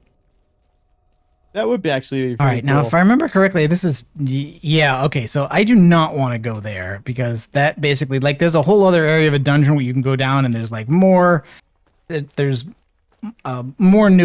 to kill, and so you can get a lot of XP and stuff like that. But we're not looking for that. Oh, as a fan of the, or should I say, a huge fan of the animated series, are you looking forward to the new Beetlejuice movie? Heck yes. I don't know. I think Narc. Have you seen the trailer? Cautious optimism is the most I think I can summon. Yeah. I saw the new trailer. What'd you think?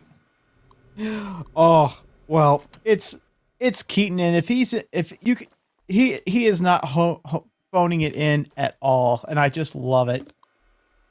Well, I'm just hoping they have fun with it. Do you know what I mean? Yeah. Because that's one of the reasons of why the original was as good as it was, is that they let loose and they just enjoyed themselves and decided to, experiment and have fun with it.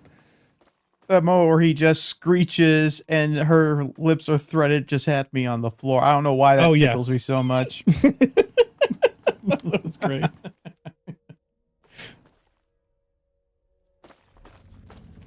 Is this your part of your imagination?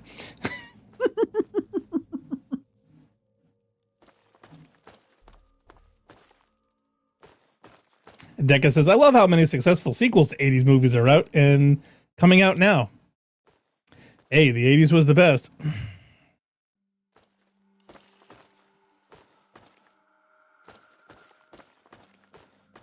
don't think I need to go. I don't think I need to go to mixing to see who I want to see. All right. I have been this way.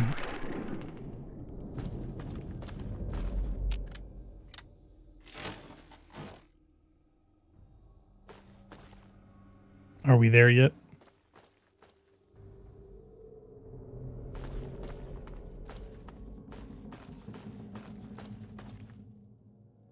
Oh, this might be it. I'm also hoping they don't screw up the Axel F. Because I've been wanting to have a decent Beverly Hills Cop for like forever, you know, since the original. What are you saying? 3 wasn't that good? No. not even remotely. And it's funny because I have a friend of mine who even hated Tony Scott's.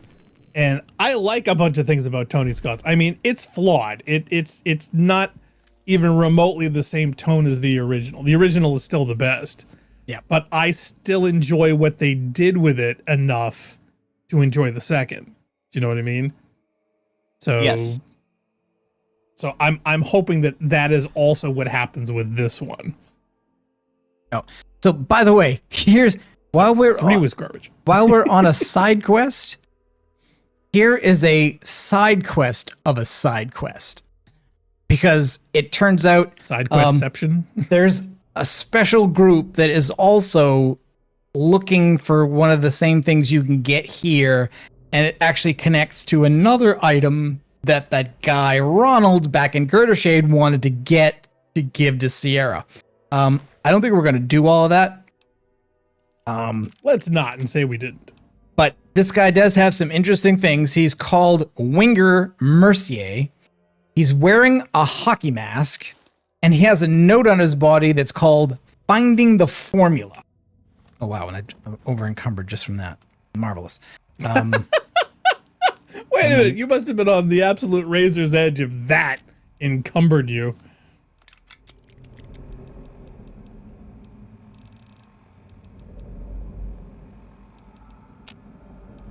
Oh, yeah. Okay. I don't have jury rigging, so the assault rifle cannot be used to repair the Chinese assault rifle.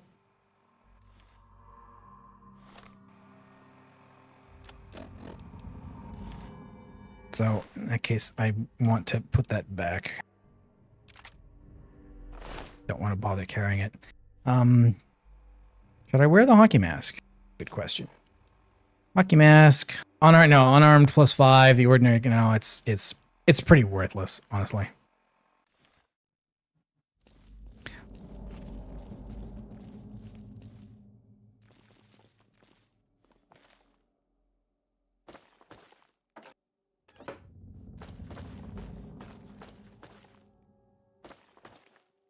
It's bugging me that I'm not finding the character I'm looking for in here, though. I could have sworn it was right here.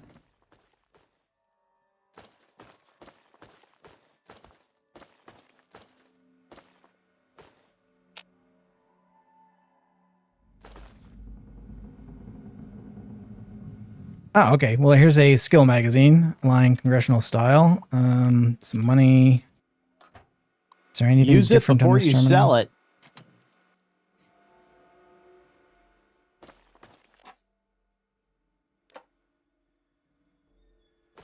All right. I may need to look up this location to make sure that I'm getting it correctly.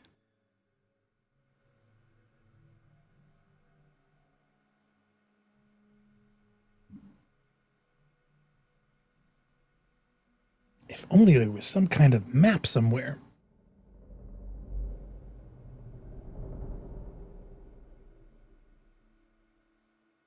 Let's see. Shipping foreman.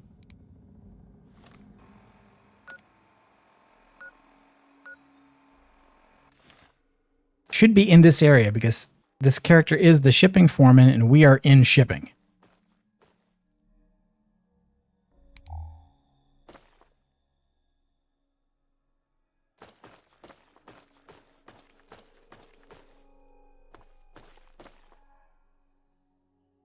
Oh, does he bug out? Okay, there's not a bug. There's a bug that will have him fail to interact properly, but it doesn't look like there's one that makes him fail to appear.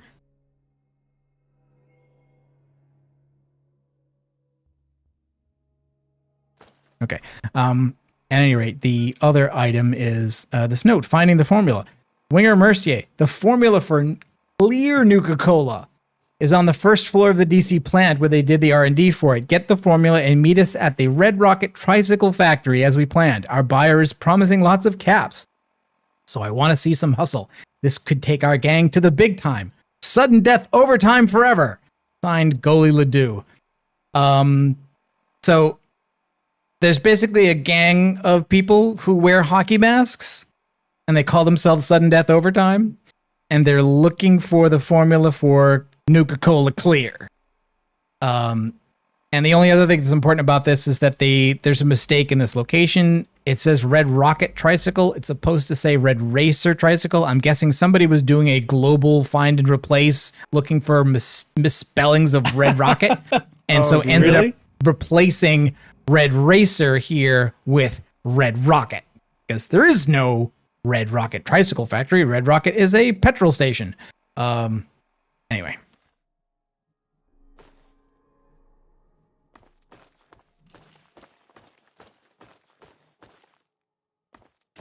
Let me see.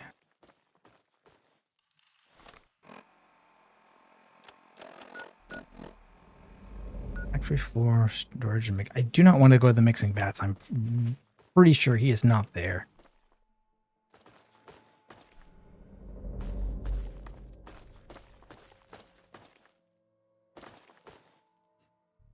Worst case scenario, I'll see if I can just try to... Okay, shipping. This says shipping this way, yes. Shipping.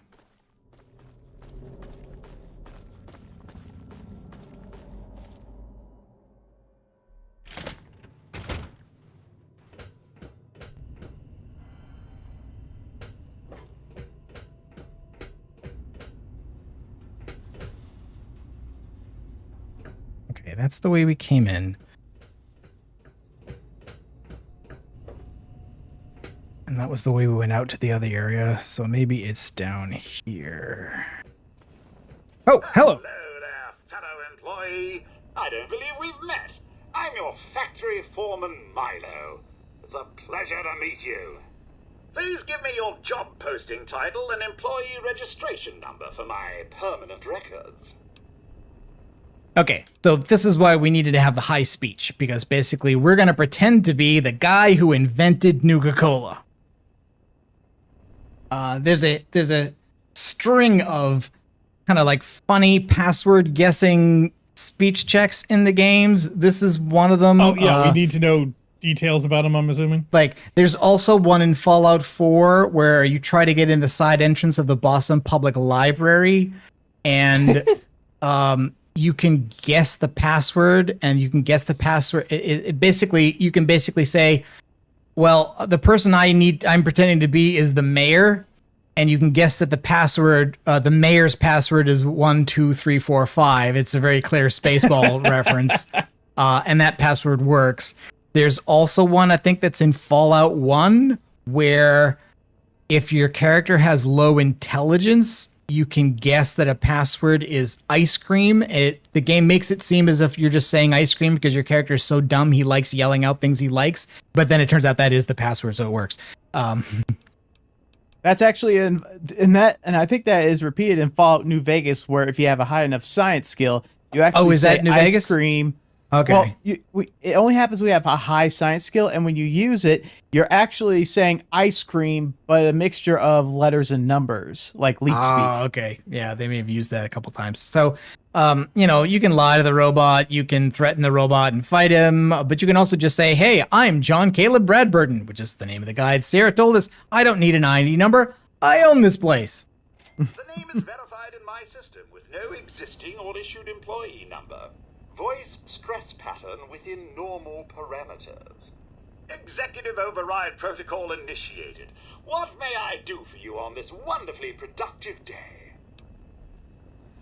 Well, what do you know about this place? Oh, this facility is a stunning accomplishment by the creative minds at the Nuka-Cola Corporation. We use cutting-edge equipment to keep the world's most popular soft drink in full production 24 hours a day. This unit prides itself on over 457 days without a single death or major limb loss of any personnel. And what do you know about Nuka-Cola Quantum? This product is the pinnacle of taste sensation. 17 fruit flavors and that signature cola taste blend to form the perfect refreshing soft drink. With its new strontium additive, it's got that unique kick to keep you on your toes.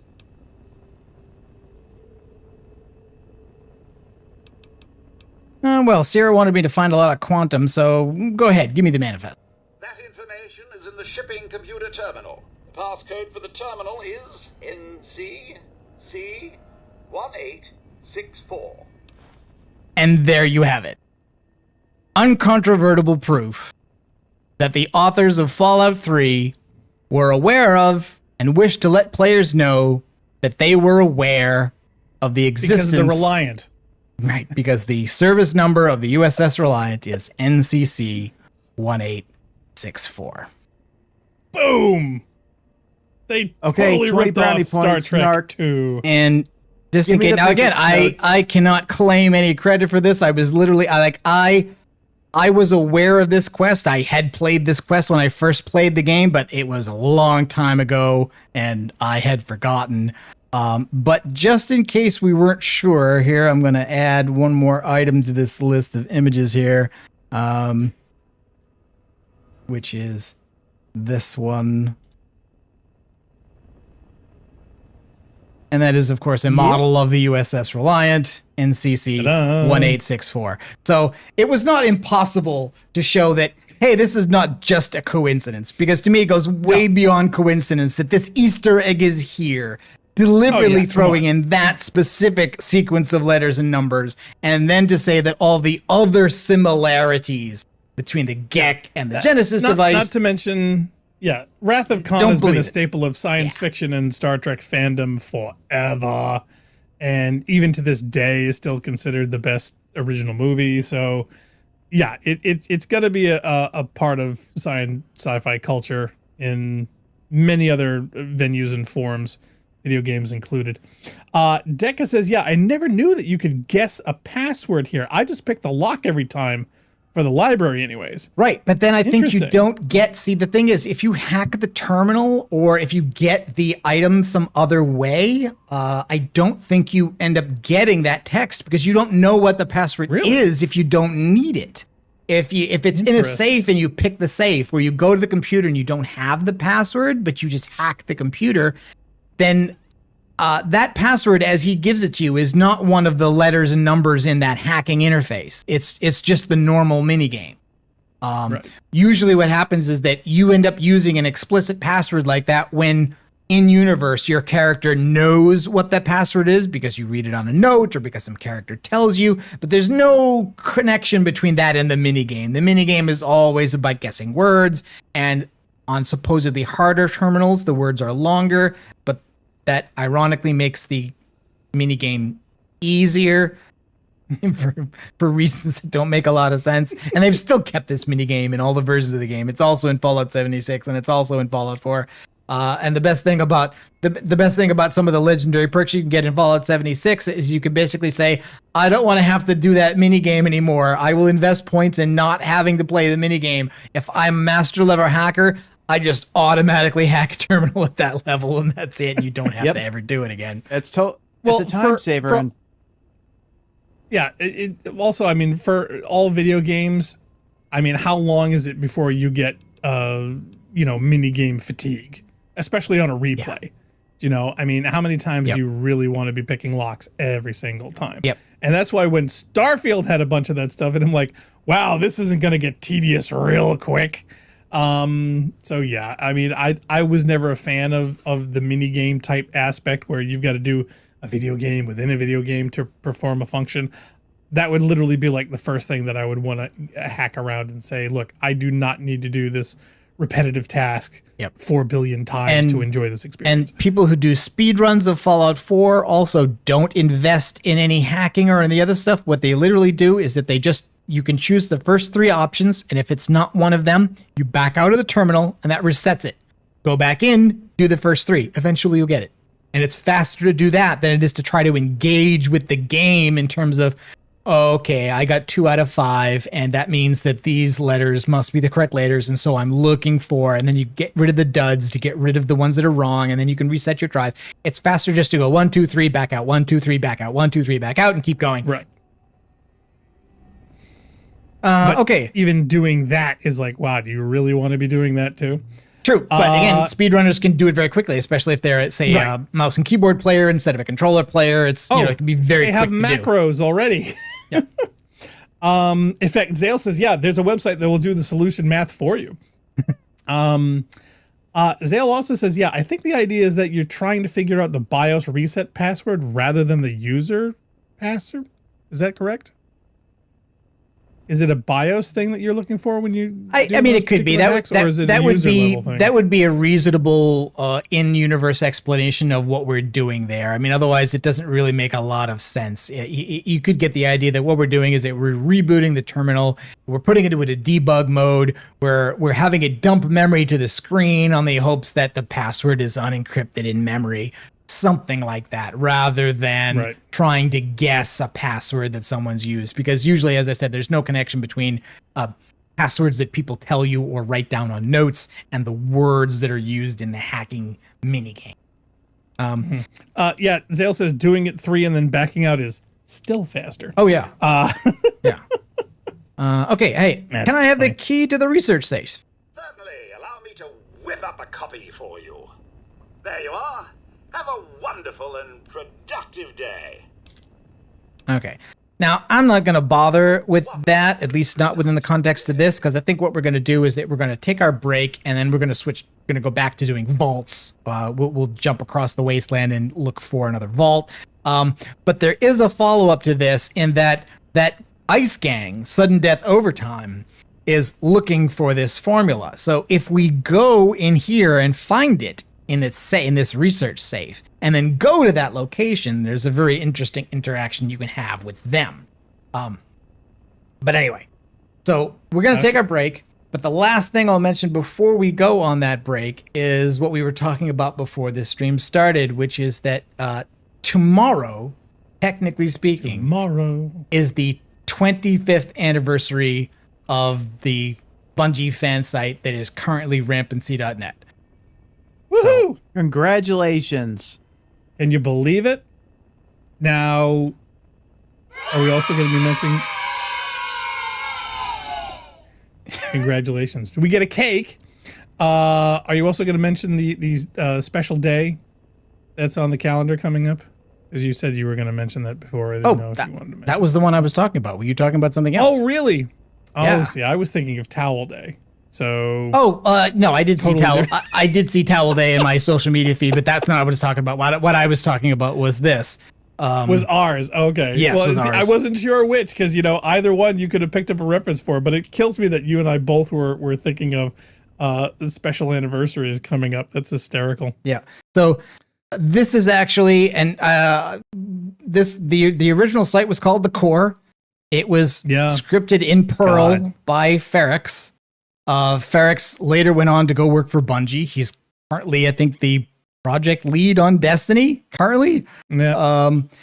And I switched over after he went to Bungie. I switched the site over to another content management system that was current, but I did manage to kind of import all the content.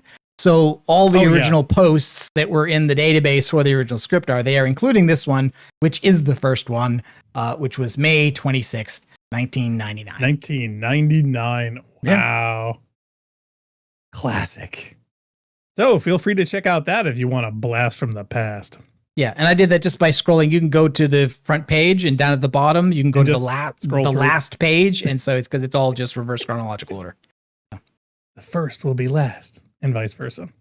Okay, so for those of you just tuning in, this is the Rampancy.net playthrough of Fallout and all of its vaults. We're going to be taking a short break, and we'll be right back after this.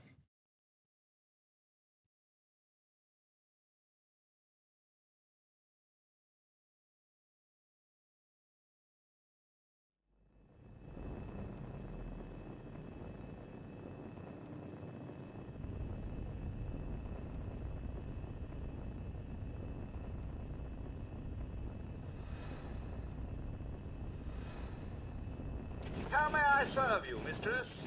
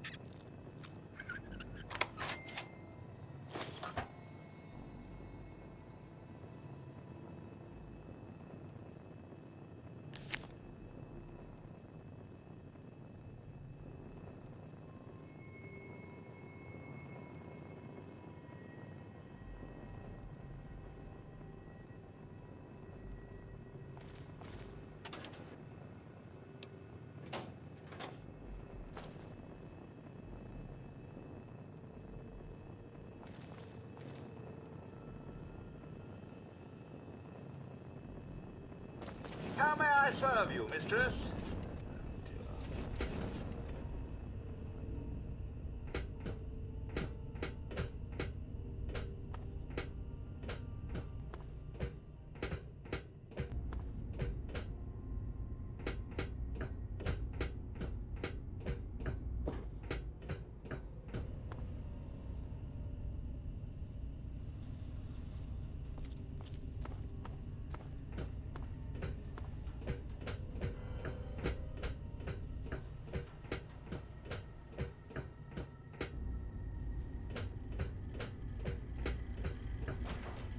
Protocol K.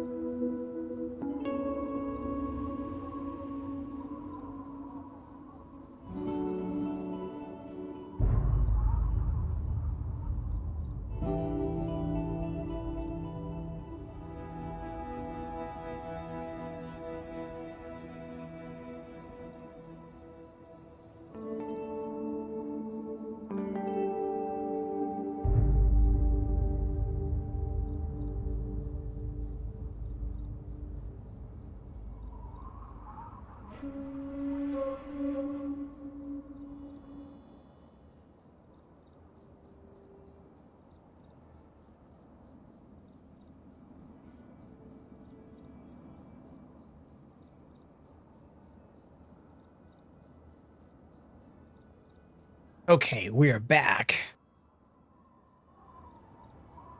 And I thought I would try to do one more thing before we switch over to doing another vault tours. Yeah. Yeah, do we remember which vault number we were going to do? Yes, we're going to go over here. Basically, the only other non-main plot vault that we haven't been to in Fallout 3 is Vault 108. So we're going to go over I was there. right then. Yay. Yeah. But before that, there is, I think, one other thing I can try and do. We're going to travel back to Girdershade where Sierra was. We're going to go back in time. Because go back to her, we like, it's no surprise that Fallout as a franchise has a bunch of cultural references. Like Fallout 2 in particular is full of them. Like even this Star Trek reference that we just went through illustrating is not the first Fallout. Is not the first Star Trek reference in the franchise. There's actually a random encounter you can get in Fallout 2 that is just a Galileo class shuttle crashed in the desert with no explanation. There are characters who will quote entire skits out of Austin Powers movies in that game. kind of like how Bungie put a whole skit from Blackadder into Myth 2. No surprise to that. I think Fallout 3s are kind of a little more subtle. Like, again, that robot just more subtle using that password is not suggesting that Star Trek exists within the Fallout universe. It's not saying that Star Trek and Fallout share a cinematic universe or anything like that. It's just an Easter egg. It's fine. But you might be thinking, well, it's just a one-off, right? It doesn't mean that they're doing stuff like this over and over again, does it? But it might. Yes, it does. So what if this quest also contains proof of another cinematic reference that Fallout uses? Before I try to prove this, I'm not sure that I can at this point. I'm not sure if I could do this without completing the collect all the quantums quest, but I'm going to take a shot at it. And I'm also going to do something here that I don't really want to be canon, so I'm going to make a save beforehand. Yeah, is there a terminal bypass you can do if need be? Well, actually, that's not what I had in mind, Sarah. You gonna shoot her? No. Oh no. Oh no. Oh, this is gonna be sad. God, he just did. Oh my God. He totally. Oh geez. Wow. She fell funny. So that fails the quest because I killed Sarah before we finished the quest. Yep.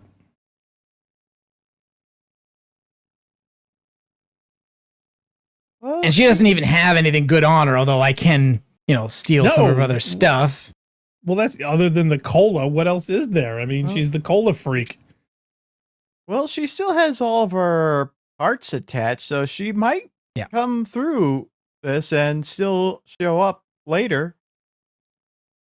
Yeah, that's true. There's no accounting made for the fact that that this character exists within Fallout 4 and presumably wouldn't if you'd killed her. So I'm guessing the canonical end to this subplot in Fallout 3 does not end with you killing Sierra Petrovita because she is alive in Fallout 4.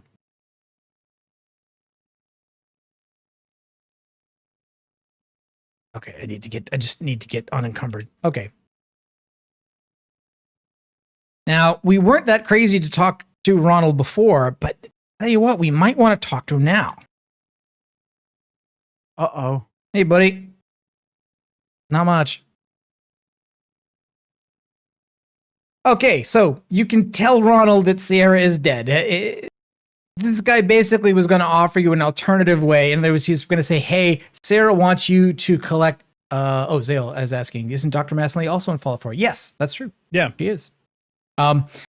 So he will offer, because he's hot for Sierra, to say, hey, why don't you go out and collect all those quantums and give them to me instead? And then he will give them to her, and that will enamor her to him. But she is utterly oblivious. She's essentially asexual, at least with regard to Ronald anyway. He completely does not have a clue. Well, yeah, just look at that haircut. Yep. You can also, if you're playing a female character, you can offer to have a threesome with him and Sierra. And if you do that, then he is so enthusiastic about that idea that he will attempt to run to the Nuka-Cola factory to collect the quantums and get himself killed. There is simply no way he can keep himself alive. But if you kill Sierra and then tell him, there's another interaction you can have, which is this one.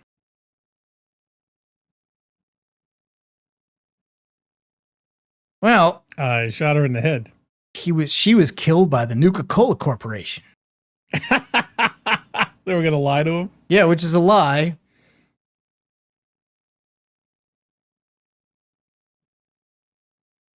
It has to be about the machine. Oh, wow. Yes. That's great. awesome. Yeah. So, man. again, am I losing right? game audio? I don't know if I'm getting game audio. Oh, you're not getting. Oh, all right. Oh, crap. All right, let me. We had subtitles on. Let me reload. I could then. read it. Yeah, I just didn't hear it. I don't think it's in the. Let me reload that then, so I could do that again. Hold on. Call. Should put that on the soundboard. Oh, it's drag the volume down again. Come on, what are you doing? All right, well, I was going to ask because it did work before. I was hearing the game before. What? Yeah, Deca says, game audio disappeared from the stream. Yep. Okay, Nuka-Cola Corporation had her killed. Crap. This has to be about the Nuka-Cola machine I got for her. It had this label on it saying, "Warning, if you tamper with this unit, you will have to answer to the Nuka-Cola Corporation." Now they're after me. Oh, God, I gotta hide. I gotta go. Oh, man. And he runs away to hide? I don't think he goes anywhere. I do know in the other one, he does run off, and you can... normally what happens in the game is that if the player character isn't in a cell, then that cell isn't loaded and stuff is only kind of very grossly simulated outside. So people basically, characters, NPCs will walk out of the loaded cell and then they just kind of despawn, but you can follow them and keep their cells loaded. And then what happens is that the enemy will, the game will spawn in enemies and they will have to fight you because just about everything in the wasteland is hostile to just about everything else. And most NPCs, if they're not tagged as being unkillable, will just get themselves killed, given what the stuff is out there.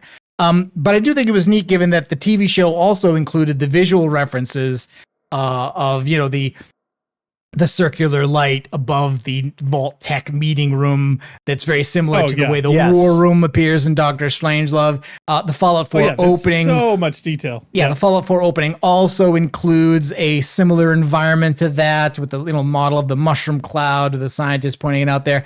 And again, these are beyond just thematic or, subject matter things. Well, because nukes are involved, because a Cold War is involved, because an apocalypse is involved, of course it will have these things in it that these people were very much aware of this and wanted people to know that they were aware of Can't this. fight in here. This is the War Room. Yeah.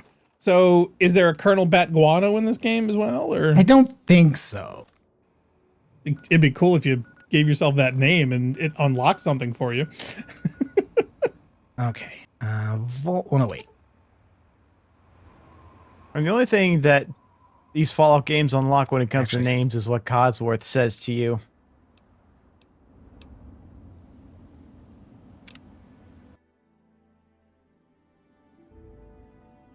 Yeah, okay. I just wanted to reload before we killed Sierra because I want Sierra to be dead. It's fine.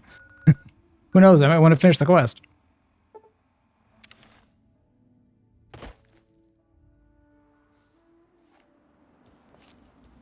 All right, so this is the last non-main plot vault in Fallout 3 that we haven't seen. And we got skeletons? Skeletons? Are these human skeletons? Can't tell. All right, well, that's a human. You got drugs.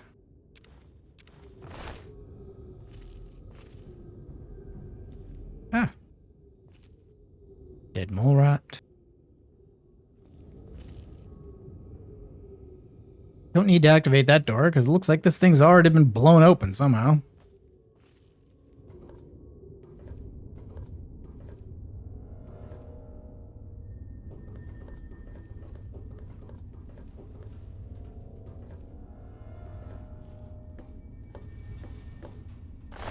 dead raider.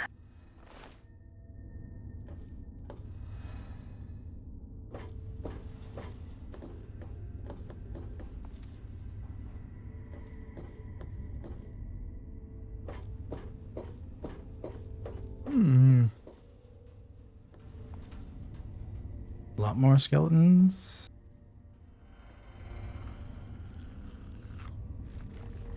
I think. Yeah, mole rat over there.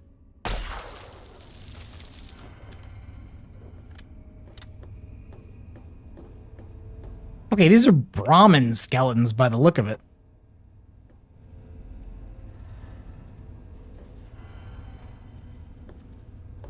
So what are you saying? We grind up their bones and snort their powder and gain their power? Not you want a second head that badly? Not particularly, no.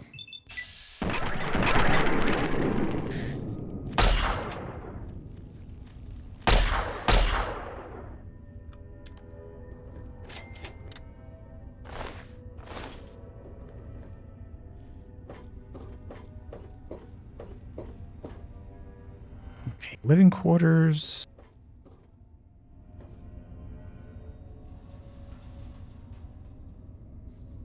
Is that what a stealth boy is supposed to look like in this game? I don't remember. They do change between the original 2 games and the first-person games. In these games, it's like a wristwatch, whereas in the original games, it's like a device that's in a leather pouch. Yeah, that's the one I remember is the Fallout 4 design. It kind of looks like a big tricorder or something.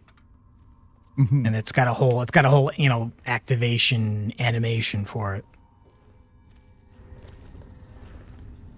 Is there a mole rat over there? I think there's a mole rat over there.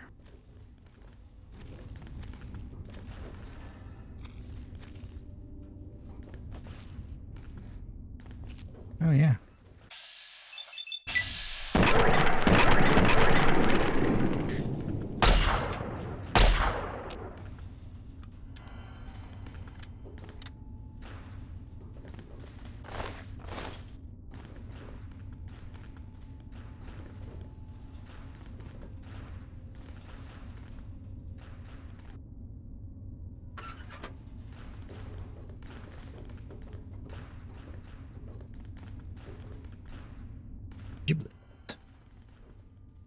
Ah.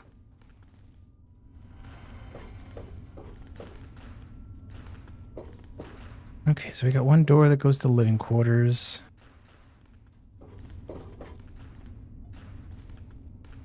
Locker. And cloning lab. Well, there's nothing insidious about that at all, now is there? Let's go to the living quarters first, I think. Yeah, is this the Gary Vault? Oh, here we go. Yes, this is the Gary Vault. So here's our first Gary. Right. Gary 42. And he's wearing a Vault 108 jumpsuit. Which I'm not sure if that's the bonuses in that are different. Yeah, they're different. So the 101 jumpsuit is small guns and energy weapons, and the Vault 108 is melee weapons and siege. Hell to 108. Now I guess I have to drop some.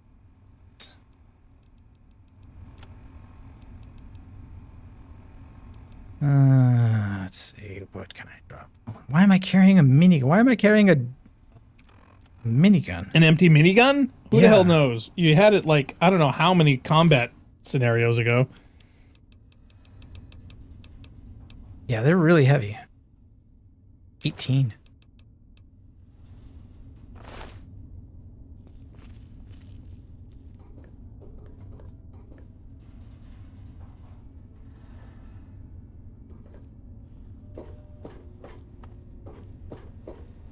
You know, Decca, for a second there, I thought you were saying proof that Vault-Tec would make Kitty Ha. And Kitty Ha? Yeah, don't you remember that? That's a lower decks deep cut. Something's attacking me already down here, but I don't see anything. Weird. Yeah, you remember V'ger? Mm-hmm. Yeah, well, you know, in the Voyager reveal, Kitty Haw, the reveal for that one was Kitty Hawk. Oh, I missed that one. I haven't seen Oh, all it's the episodes. hysterical. It's great.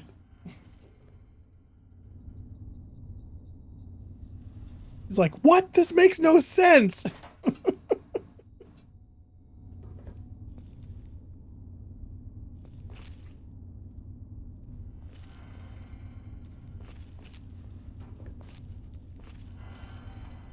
I'm not sure what the game thinks is. Ah, okay. Well, here we go. Oh, Gary's got a gun. Gary's got a gun. What did his daddy do?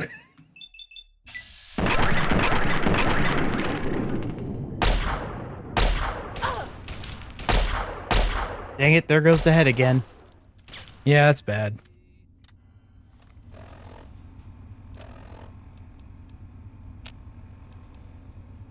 Got nothing to repair my armor with either.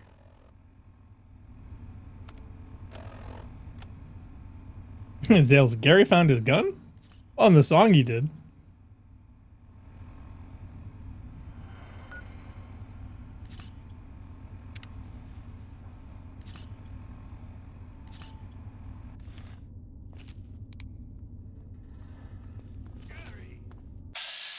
Hello. He doesn't look happy. Nice teeth. Oh, no.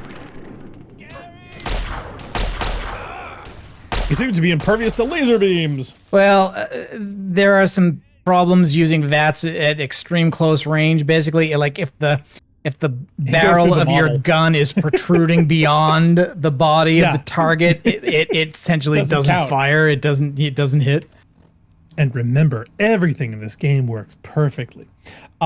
Zale says, yeah, and and now he can't remember anything? Can't tell if this is true or dream. Yeah, is there some Gary memory losses through?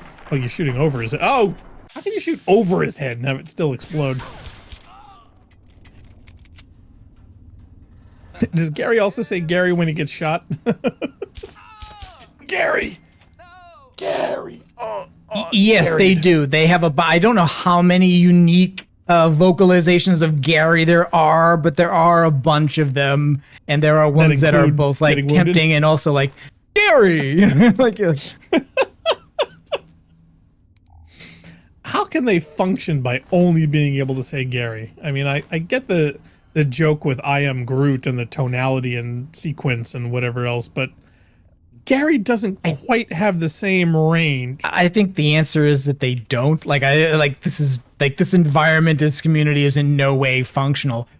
I think the question always is in this case is that you have to come along at a very specific coincidental time to be here to see what has happened, but before things have utterly collapsed. Like the most logical thing would be is that like all these guys are dead, right? They can't feed themselves. They would be likely hostile to each other. Like the most likely ultimate, way that this situation ends is with all the Garys dead. So in order for you to see it, you need to arrive at the optimal time where everything has gone wrong. The vault is populated only with Gary clones, but they have not starved or killed themselves yet.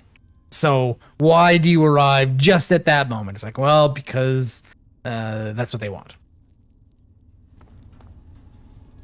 And I just found out there's a deleted holotape of the Brotherhood of Steel trying to get the Pip-Boy off of Gary, and yeah, it's pretty disturbing. That has a lot of variations of them saying Gary in that one. Was it a deleted Brotherhood of Steel tape or a deleted Outcast? That technically was the Outcast, wasn't it? It was the Outcast. Well, they're now officially the Brotherhood of Steel in Fallout 4. But yes, there was a holotape that had the session of trying to convince Gary to give him a holotape, and all he could say was Gary, and the Brotherhood the Outcasts losing their patience, and they buzz, and Gary screams Gary at the top of his lungs. Yeah. So there's a Tekka door. says it's not deleted. It's in a locked room. Oh, okay. Apparently. I'm curious if there's a Sisterhood of Steel, or is this game just really sexist? They actually talk about the Brotherhood and using sisters as well in the first Fallout game when you encounter one of the female members of the Brotherhood of Steel. Yeah, like the leader of one of the squads of the Brotherhood of Steel Lions faction is called Lions Pride, and it's Sarah Lyons. But that doesn't mean that the Brotherhood isn't kind of sexist and regressive in a lot of ways, particularly. Well, it appeared to me. I mean, there were a few female members that you got a chance to see as part of the group, but still, just and we've have a good look. We've seen a route here now that goes to the reactor, and then it's blocked off. That's not the last barricade we're going to see in here.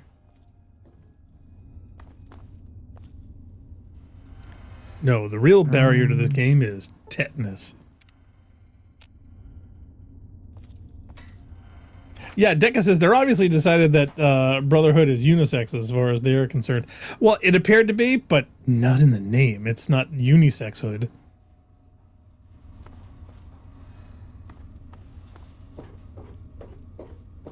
Or peoplehood? I mean, what would be the universally acceptable term for that? Yeah, I don't Homo know. sapiens? Well, I mean, if you were to come up with a Brotherhood replacement name, what would you pick? Something a little bit more inclusive. Them of Steel. The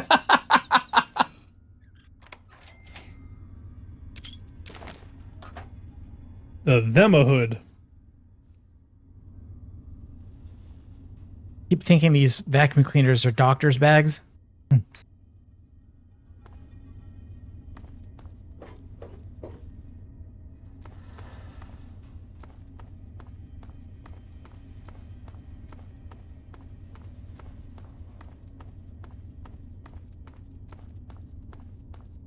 Deca says, just call it an order and be done. Order hood? I'm curious, and I didn't think about it till now, but how much paint did they save? Because when you think of all the cleaner, nicer vaults, you got to think that there's a certain element of maintenance that they do for all of these places, right?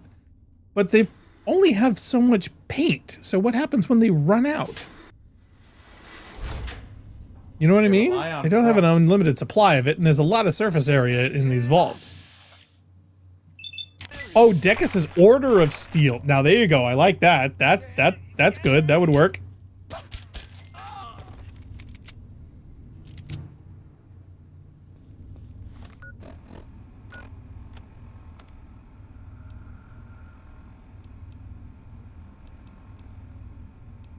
Now, do we know how many Garys are in here, or they're just infinitely respawning?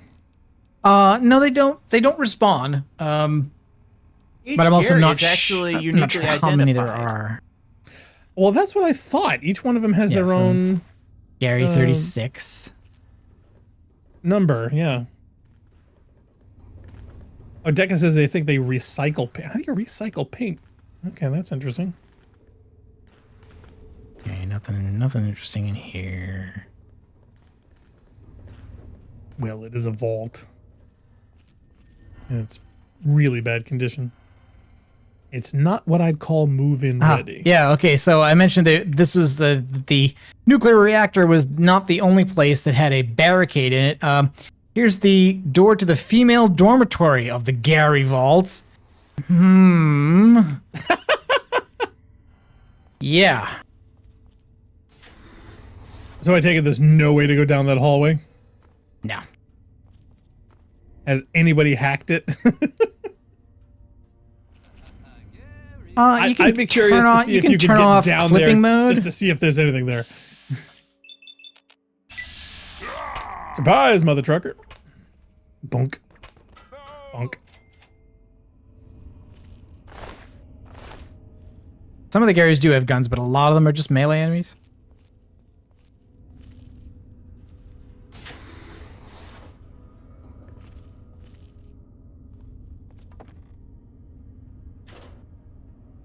Recon armor. I wish there was an Ooh, I get actual to cloning change my helmet. facility where you could make your own Gary clones. But what would you do with them? They're not exactly useful.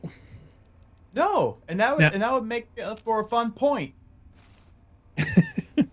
Actually, you know what? If they had a mechanic where if you took over and repaired the cloning technology and could crank out as many Gary clones as you wanted, right?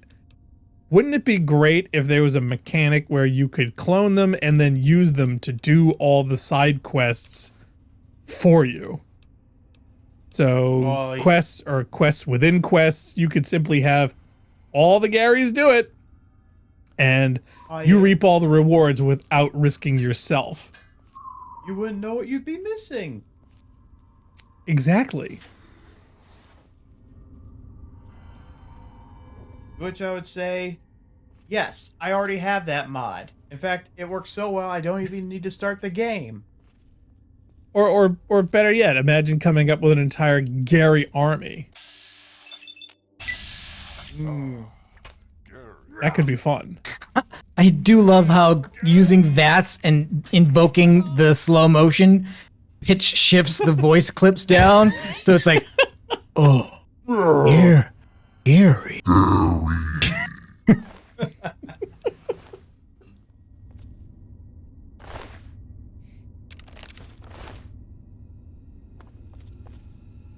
Bonesaw.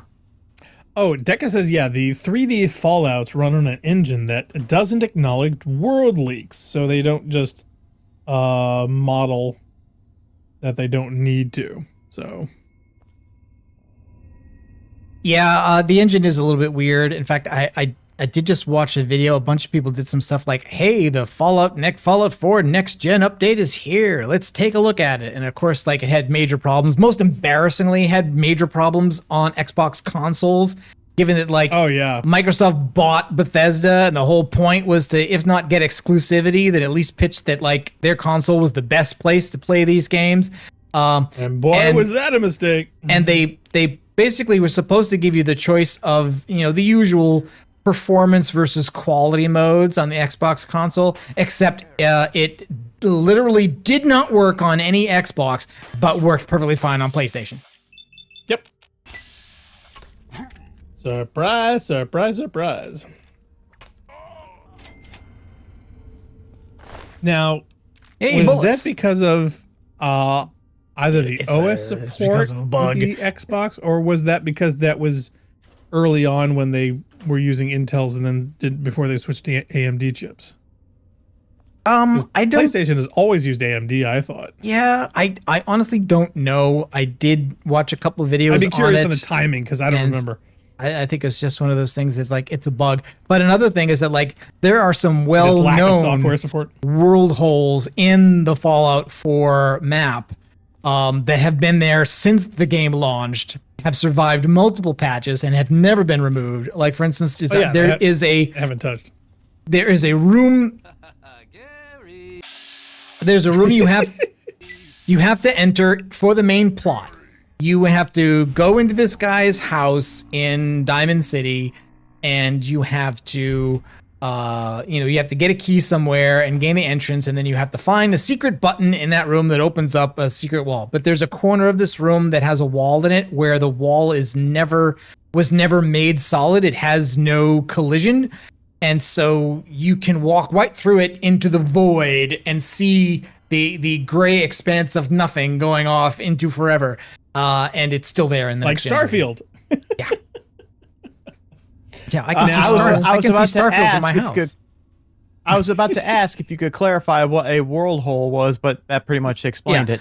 Well, there were world holes in a lot of games. We found world holes in Halo. We found Minecraft. world holes in Destiny, Minecraft. I mean, we found world holes everywhere. Yeah, they're not the same thing in those games, but in Minecraft, we call that when a chunk doesn't load. And so basically, like, you get an empty part of the world. Yeah, but there are plenty of bottom. times where when you can get out of maps or you can get out of the environment completely and either see it, or entire elements or levels or rooms are semi-transparent where you can see and walk and go to places that you shouldn't. all kinds of stuff. In fact, there were whole channels in the Destiny world of finding world holes to get out to either speedrun or to even, in fact, there was one where there was a PlayStation exclusive level that was not accessible on PC or on the Xbox. And if you went through a world hole and did some special like sword traveling and some other boot jumping stuff, you could get to those levels that you didn't pay for on the, so they were still there. They were just inaccessible. Could you do the activity though? Like, could you do the strike? No, because you the could one, see the area, right? Yeah, well, there was a loading zone from one section to the next, and on the Xbox and whatnot, it didn't work. So you couldn't load the next section. But you could get into those rooms, into those environments where they existed. It's just there was nothing there, if I recall correctly. But it was just hysterical that, hey, guess what? You know, PlayStation exclusive. View it on the Xbox or on PC. Come check it out. You know, and everyone would figure out how to hack into it. The other ones were like raid shortcuts. You know, people used a lot of the world holds for raid shortcuts to get through an entire sections or levels, to speed run to get chests or to get them quicker. Or, in fact, there was some time-gated things where certain chests were only available certain weeks or certain times or something. And if you did some of these world hold hacks, you could get to them anyway or something. So yeah, there were all kinds of things with that. In fact, I was going to ask, what is the name of this engine that Bethesda uses? Do they give it a name or Creation? Yeah, at various times it's been called the Creation Engine. I think it's had other names in various iterations. Ooh, Recon. Well, I wasn't sure if they were using the same one or if other games that Bethesda was making was simply an evolution or a correction of the same one, or if they ever did start from scratch. They're certainly using the Creation Engine to do Elder Scrolls 6. Oh, that'll be fun.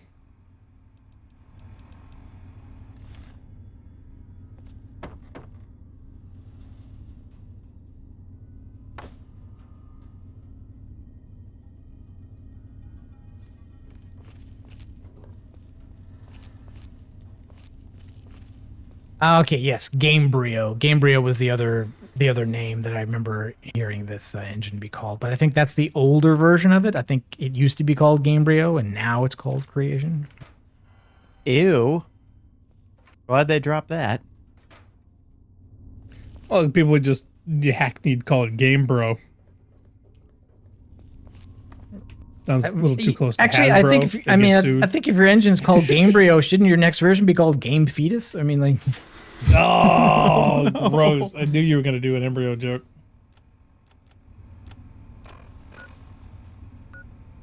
Yeah, see, then you get RU-486 humor, and we don't really want to go there. Now, the thing is, I think at this point, we've made a complete loop. So we've seen... you may have had. To me, this always looked the same anyway, so... Well, no, I mean, like this, it looks like the same three rooms. Like we came in. This is the exit to the wasteland, and then there was a door that goes to living quarters, and there was a door that went to a cloning lab, and we went in through the living quarters, and we just came out. Is the not cloning like the lab, other. I think.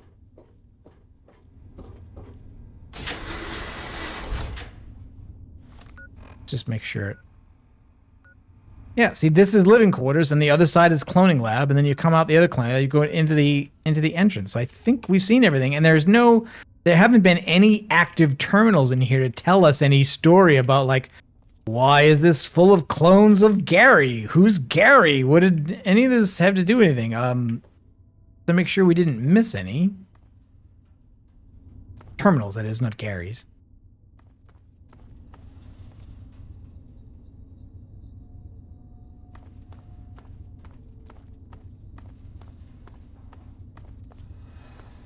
Sure why this guy's got a microfilm reader in his bedroom, but okay.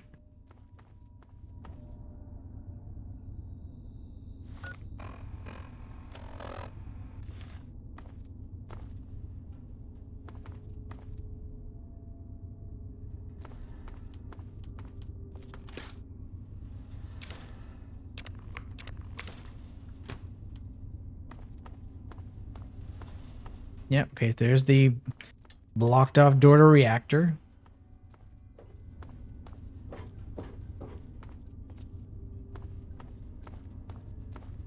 Zale Manic says, Gary?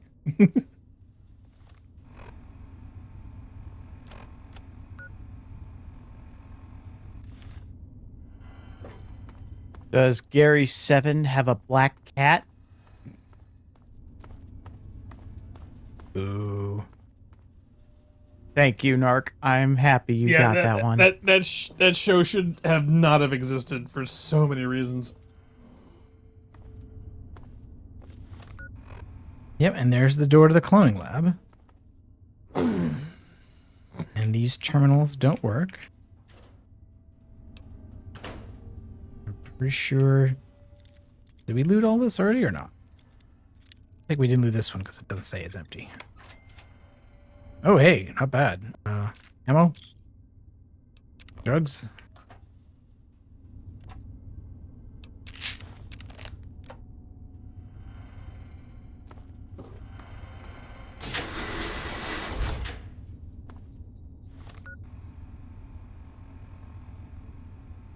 All right, looks like maybe I didn't flesh out some of this on the right-hand side.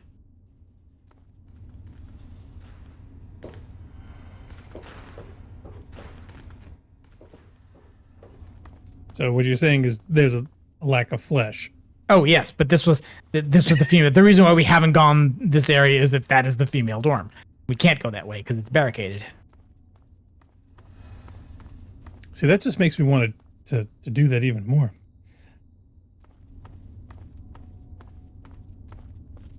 Well, I can do that. Before we stop, I will turn on no clip and we'll try to go through that and see. Yeah, see if we can do it. What, I'm just if curious anything, if is even there? anything there.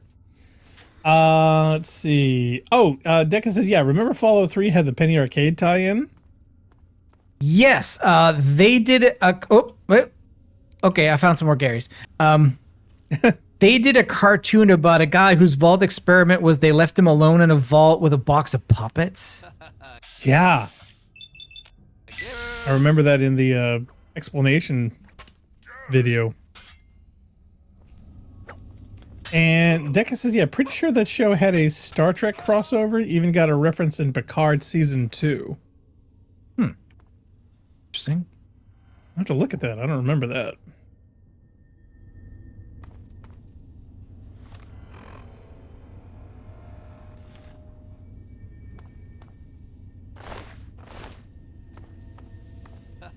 Gary.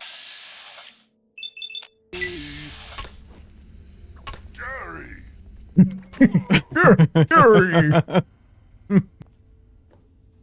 And now, I gotta admit, a lot of people have very legitimate criticisms of this vault by basically saying, like, look, it's funny the first couple of times, but there really isn't much to it. It's just, it is a one-note joke, and it's very repetitive, and it goes on for more longer than you think it should, and it kind of doesn't pay off. Have you gotten the Charisma bobblehead in Tale of Two Wastelands from this vault? No, I have not. I have not played a lot of Tales of Two Wasteland. In fact, I think all of the Tales of Two Wasteland I've played has been what we played on the channel here, and that was all in New Vegas. I have not played any Fallout 3 in it. The Charisma Bob in that version eliminates the karma requirement for Fallout 3 companions. Oh, that's interesting. You'd almost have to change the way those works though, just because like the way charisma and speech work in the two games is like not the same at all. Oh. So you'd have to do something about it.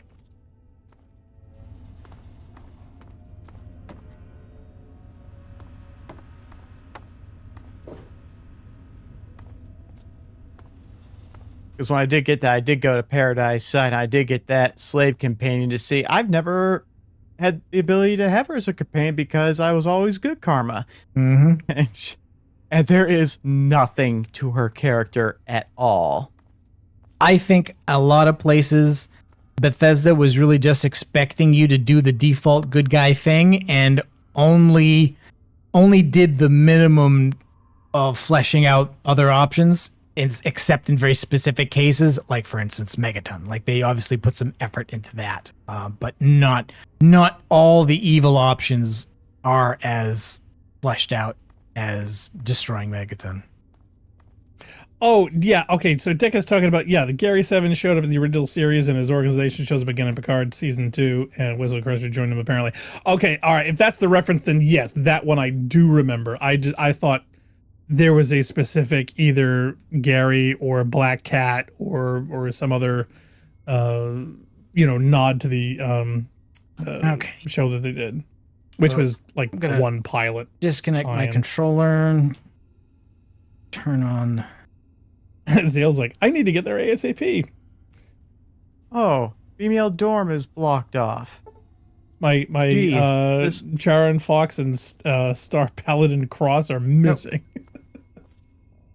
No, wait a minute. Paladin Cross, no, you must go into that purifier. Fulfill your father's legacy. I was like, okay, I'm never bringing you along as a companion again.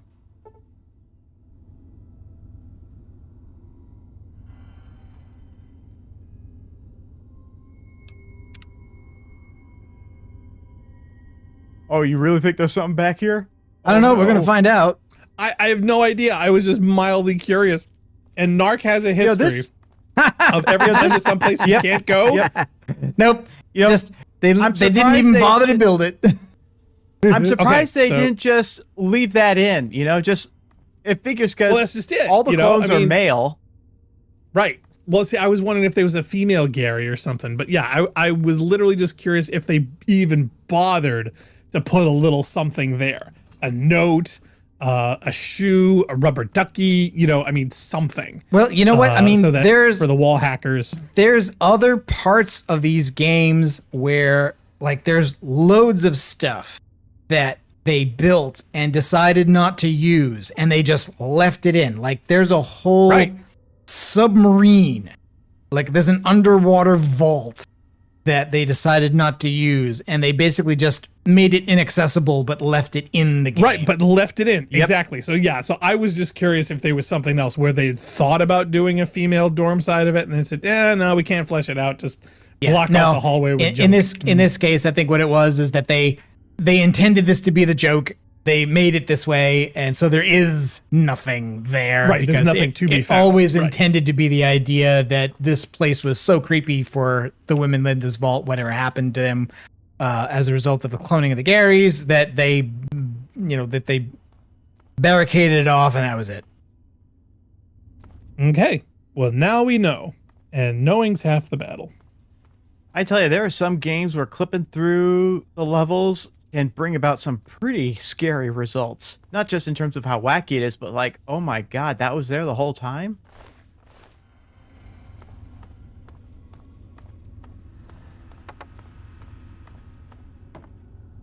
Okay, I think this is the way out. I'm not sure. Yes. It is.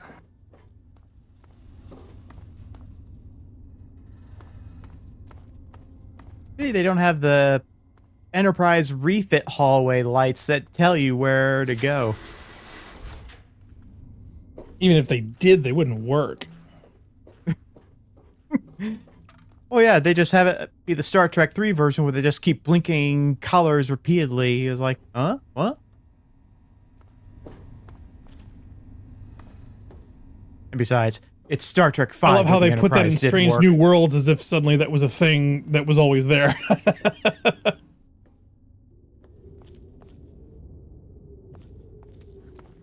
You were right about the pre-war books in New Vegas, Narc. Yeah. Yeah, and I don't know why that was done. Certainly it's not done intentional. No one ever anticipated that the items would be used that way. I think it's just that New Vegas is intended to be a more civilized place.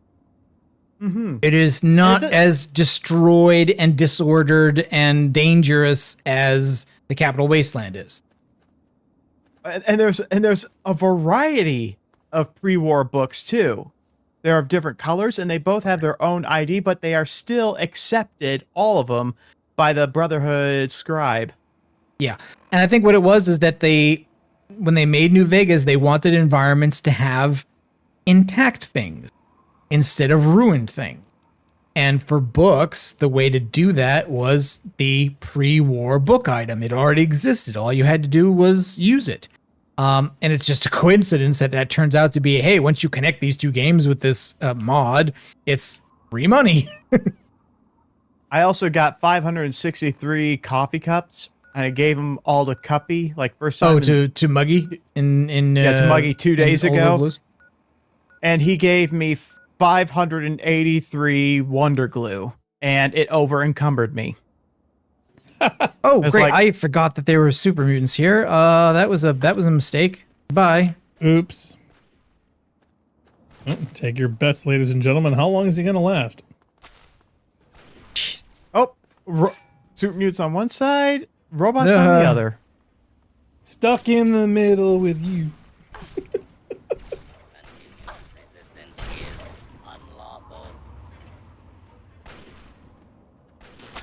Now, if I'm lucky, those mutants, yeah, exactly. The mutants haven't been drawn this way will attack that robot, but I mean, that's going to be an easy fight for the mutants, frankly.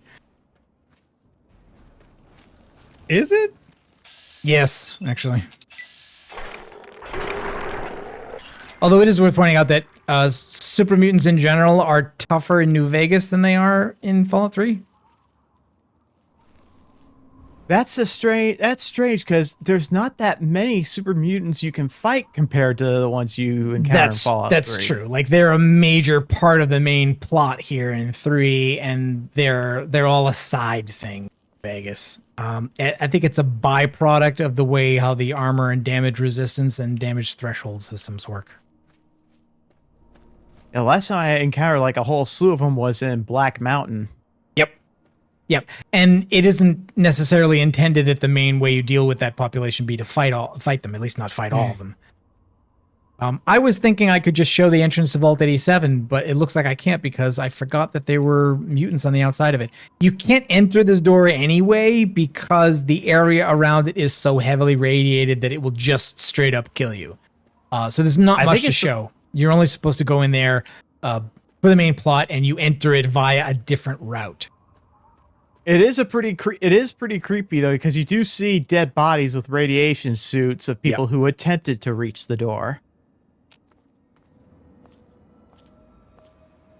Yeah, I just hadn't remembered that there were that many super mutants on the outside of 87. But it does make sense. You want to just clip there? Or does radiation also go through clipping? Oh, I don't know. I think I'd have to turn off... don't know if collision... We could try it.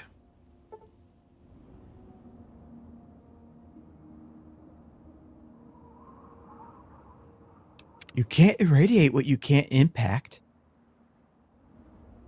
Well, that might be the way we think about it, but they may have different ideas. True. Radiation does work like magic in Fallout. I'm not gonna... Oh, absolutely. It does. Lots of things and that's do. Fine. Oh, didn't realize there was a whole ground under there.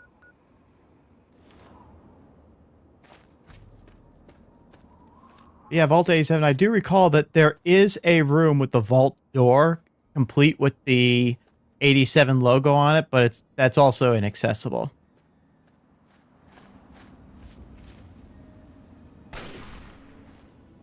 Yeah, see, the thing about TCL is that it doesn't make me invisible. That's a different command. So this guy thinks he can see me. He thinks he can hit you, too. He thinks he can hit me. He can. Oh, he can. Okay. Radiation is definitely still a problem. Oh, yeah. Okay, yeah. So here we've got radiation poisoning. And I wasn't even close enough to see the door yet. And I have advanced radiation poisoning.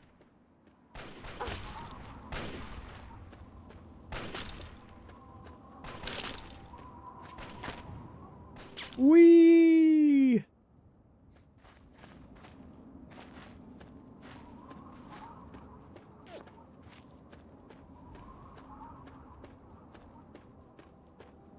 All right, I'll turn clipping back on.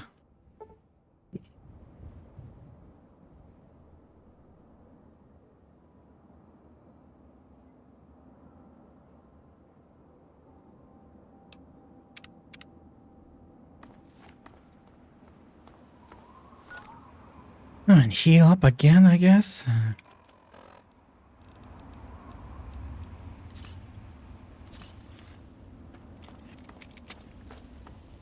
Okay, so that would have been the only other vault I could have shown, but we can't even get close enough to survive.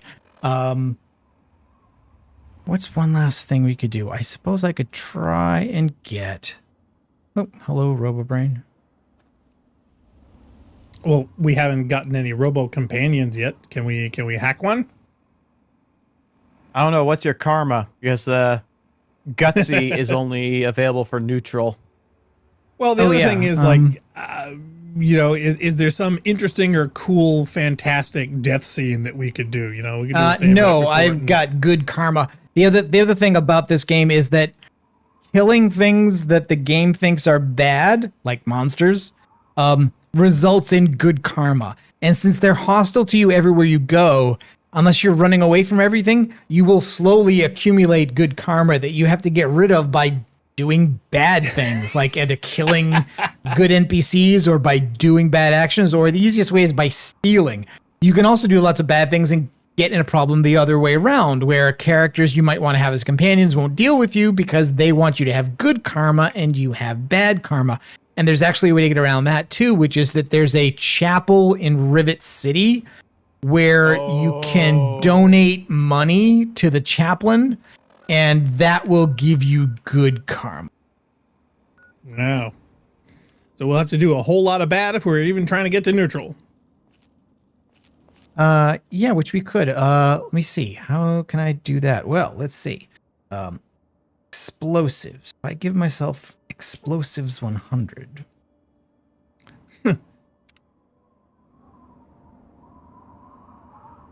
Speaking of explosives, some poor guy detonated himself in his own vehicle with butane containers. Oh, marvelous. Yeah, apparently he was living in the car, and on the parking lot video, it just literally just detonates and the entire car is just shredded from the inside out.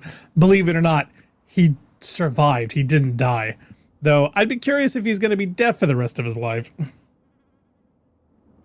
Set. So remember, kids, when you're living in your car, don't leave the butane on.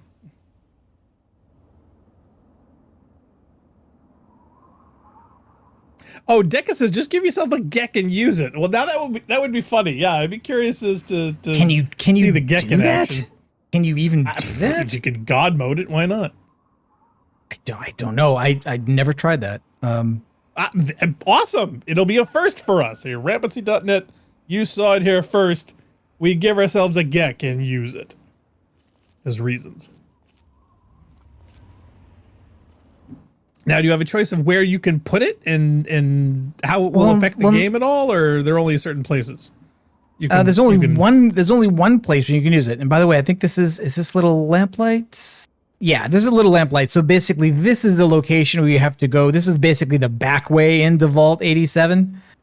Mm-hmm. This is how you're intended to get in, is through here. But it's a long quest chain. I mean, it's a very good quest, but it's long and drawn out, and we don't want to do that for the last 10 minutes. Yeah, I just have a question. Yep. Mm-hmm. How do they replenish the children?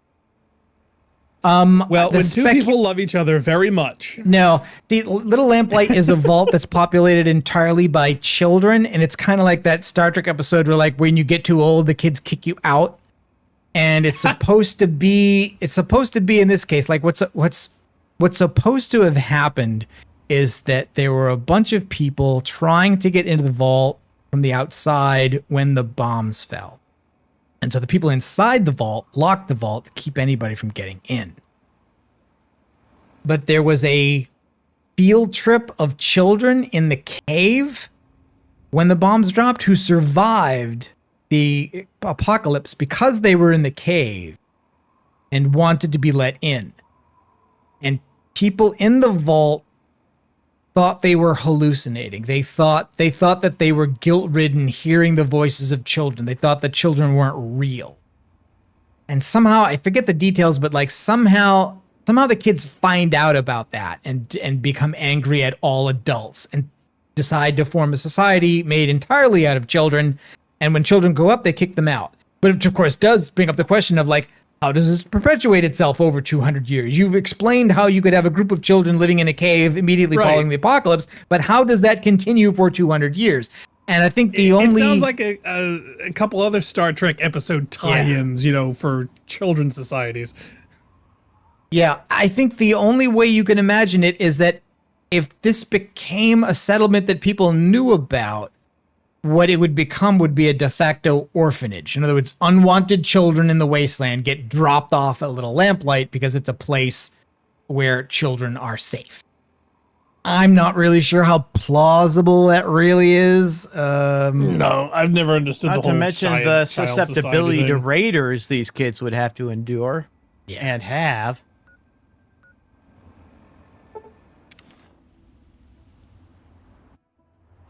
All right, well, now that I have explosives 100. Uh-oh. So you're going to start blowing up things left and right, or are you going to get the Gek and There is a thing we can do. Although, actually, can I still do this even though Mr. Burke is dead? I think I can, can't I? Well, Decca's got you the ID code for the item, so if you want to, you can just give it to yourself. Okay, so this I don't think you can get a reward for this anymore, although we might be able to. I'm not sure. I don't think I've ever done this outside of the context of the quest. And basically what you're supposed to do is that guy in the bar lives in another settlement, and the guy who runs that settlement, basically he's got a high rise with a nice view, except Megaton ruins his view because it's so ugly. And so he wants it blown up because he knows there's a bomb here. He wants to pay you to blow it up. He hired us to do that. We immediately ratted him out to the sheriff. I did this all off screen, and that's how we got the silenced pistol we have now. It's Burke's pistol and also the Chinese assault rifle, which was the sheriff's, as well as the sheriff's hat. So we got all of that good stuff by kind of playing both sides against the middle there. But what we didn't do is decide on what to do with the bomb.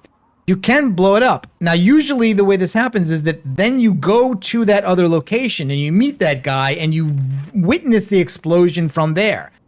But where Burke is dead, I don't know how this works.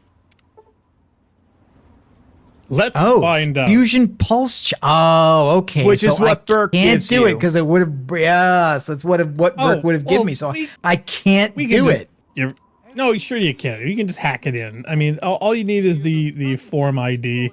You can give yourself a Gek right now. Also, Decca gave us the form ID for that. Let's give ourselves a Gek. So how do I give myself? Oh crap! Okay, don't push me into the radiation. Thank you. Also, there's an I item just wanted code to number in verify, chat.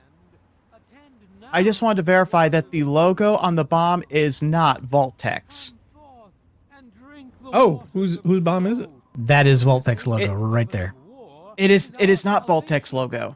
It is. It not. looks similar to Vault-Tec's, but it's not. It's supposed to be an homage to the Roundel star sticker that the Navy uses on their planes. Oh, okay. Really? I'm also not sure what texture mods, if any, I have installed here, so that it's also an open question how authentic these textures are. Because this is modded. He doesn't think there's a form ID for the Megatron detonator. It may just be. Well, let me take a look. Really? An item, yeah. But there is a form mod for a form ID for the Gek. I need to find the command to give me a thing. Fusion pulse charge. Let's see. Okay, add item.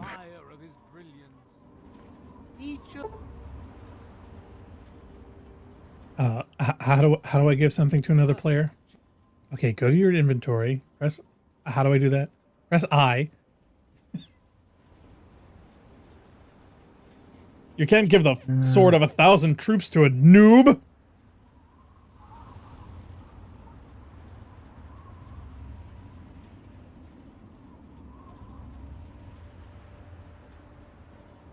No. Okay, so that form ID is not one you can use add item on. I don't think. I think add item is normal items. I don't think it's quest items. Okay, so can you just say add Gek or add your detonator? All right, wait. Layer. I do.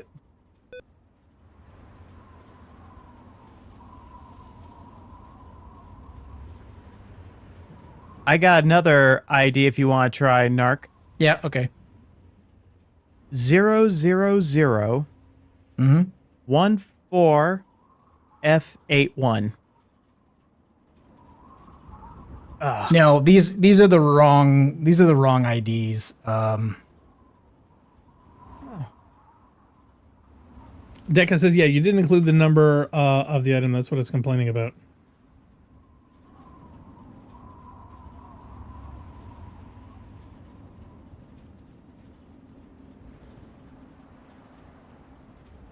Hasn't somebody compiled a pre-text line that you can simply copy and paste? No. Really? That's weird. Armor, weapons, miscellaneous. As it's not. Oh, you need to give be quantity. dropped, I think you need to give quantity. the item does not have a unique world model and instead uses one for scrap metal. Yay!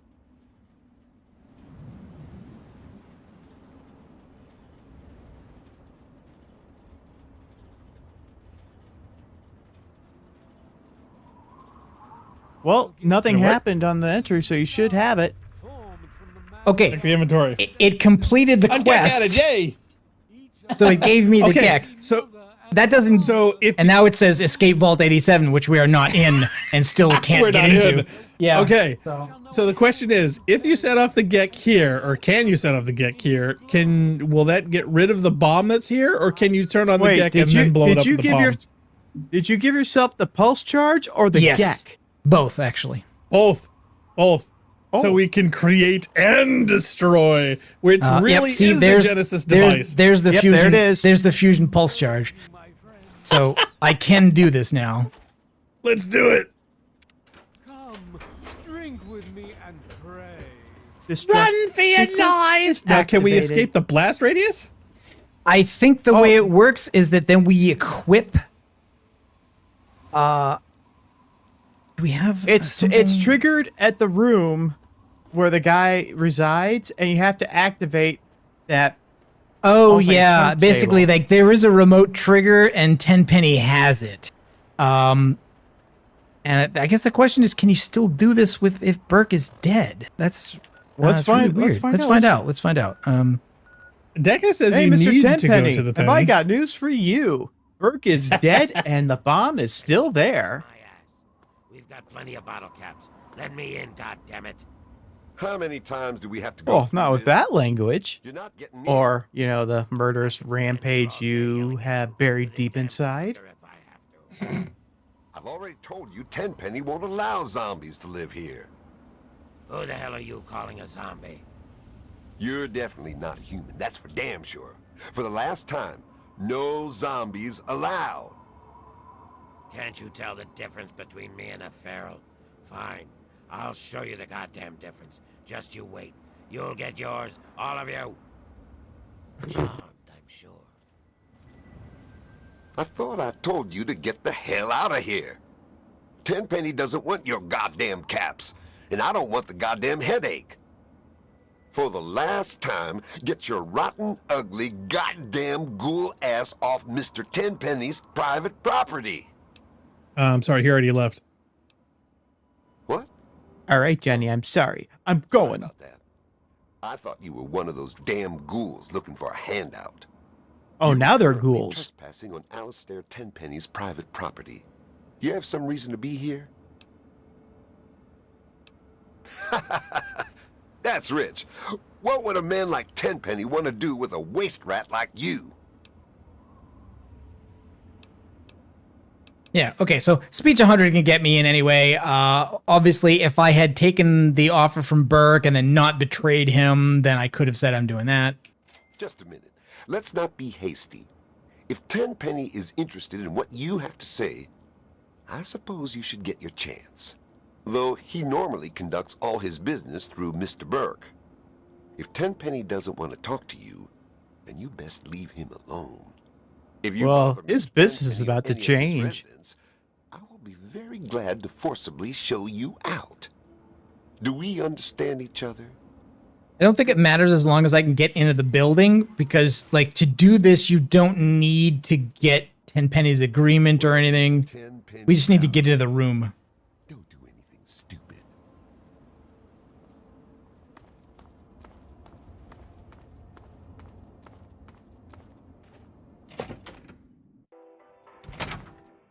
And this is one of the cleaner areas of Fallout 3.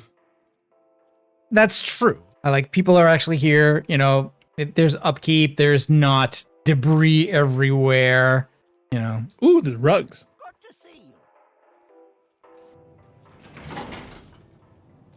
Okay. 10 pennies. I'm on duty, can't talk. Direct your security concerns to Chief Gustavo directly. Yes, sir. Well, what I really want to do is blow up this town. Okay, does this tell me which door is Tenpenny's room? The empty suite. That's the suite you would get if we had done the quest the way Burke wanted us to do it.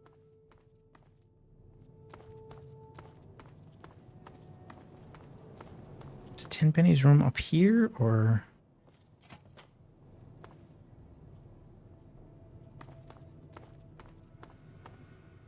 No, this is Chang's. Ugh. Even when they have a desk for it, they still put the terminals on the wall.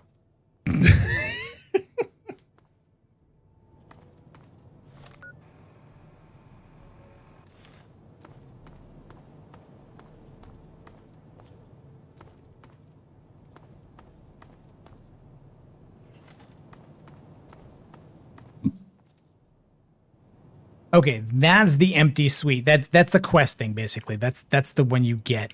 Thought 10 pennies is... This must be 10 pennies, right? It has to be. I mean, it's got a guard.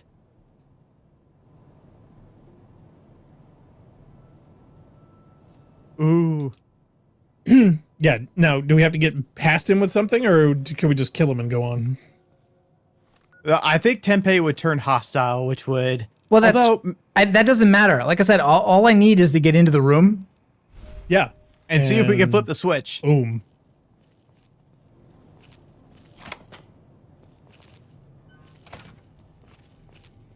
Mr. Tenpenny, I've got something that's gonna blow your mind. He even in here? I don't think he's in here. He's usually on his He's on the patio, balcony, right? And he's All right, alive. well, we'll Yeah. see. Ah, yes. There's the switch. Oh!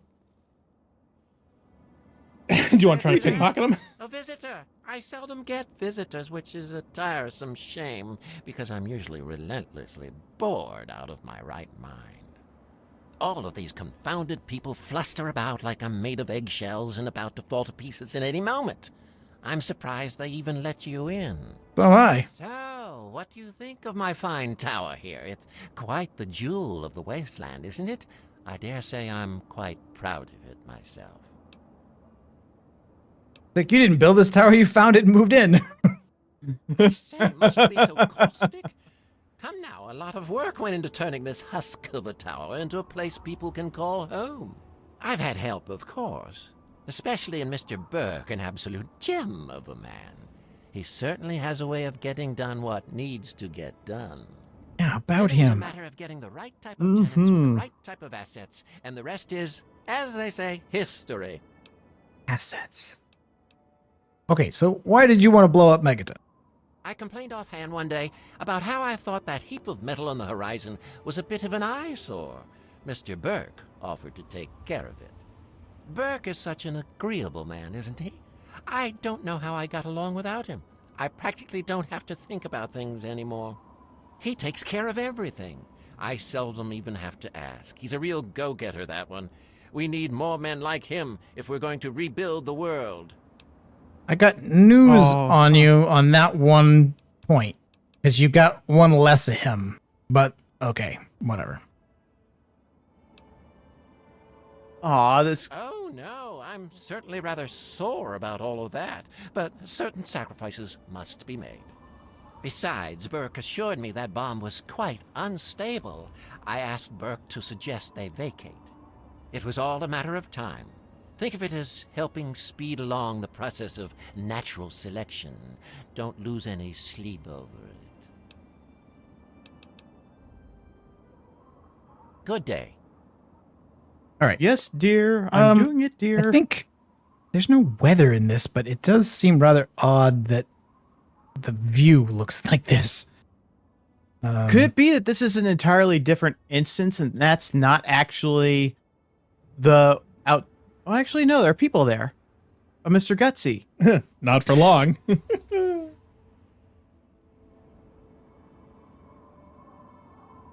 Yeah, that's the trader. That's the trader who's got all robot guards. He's got a projector on and 2 Gutsies with him. Yeah. Okay, we're gonna light this candle. Fog. Yeah, No, I want to say, I think actually I want to wait till the stealth field wears off. Did you just turn it off? No. It's a consumable item. Oh. And it's 10 p.m. Let's wait. Let's see if we get some better visibility. The game doesn't really have a full weather system the way Fallout 4 does. You think this is a set weather condition for this particular location that doesn't change? Oh, No, I don't think Yes. so. I think my mods are affecting it, and I think it's... I bet There, that's the pretty explosion enough. is, Fire will it. be crystal All right, clear. anyway, let's go. You're building this up too much.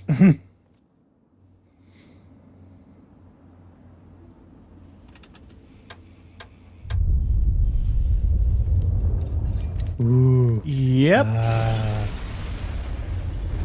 Oh, Narc. The glow effect isn't working on that either. Yeah, I think some of the mods that I've got are either not loading correctly or have affected some of the visual effects negatively. Uber Hackzors. Yeah, view distance. I think I've set view distance to maximum. I think that's what's done it. Oh. Well, see, the funny thing is, it says you've lost karma, but it's not like anyone knows it was you. Do you know what I mean? Yeah, so I've gone straight to evil because this is, I think, pretty much one of the most evil things you can do in the game. Really? Yeah. So from goody goody to straight evil? Well, there is the issue with the death ray on Mothership Zeta. Oh, really? Oh, is that more, you think?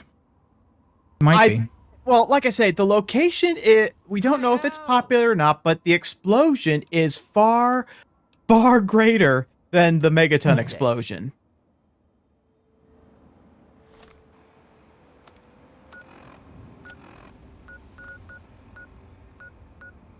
Okay, so And where do we want to set up the GEC? I don't think we Can can, we set set it up off the GEC on once the it's in the ruins? inventory. Yeah, I don't think you can either. I don't think that's a thing that can happen. Because that's So wait like a a minute, you can't set off the scripted GEC event now? that's not even really associated with the item itself.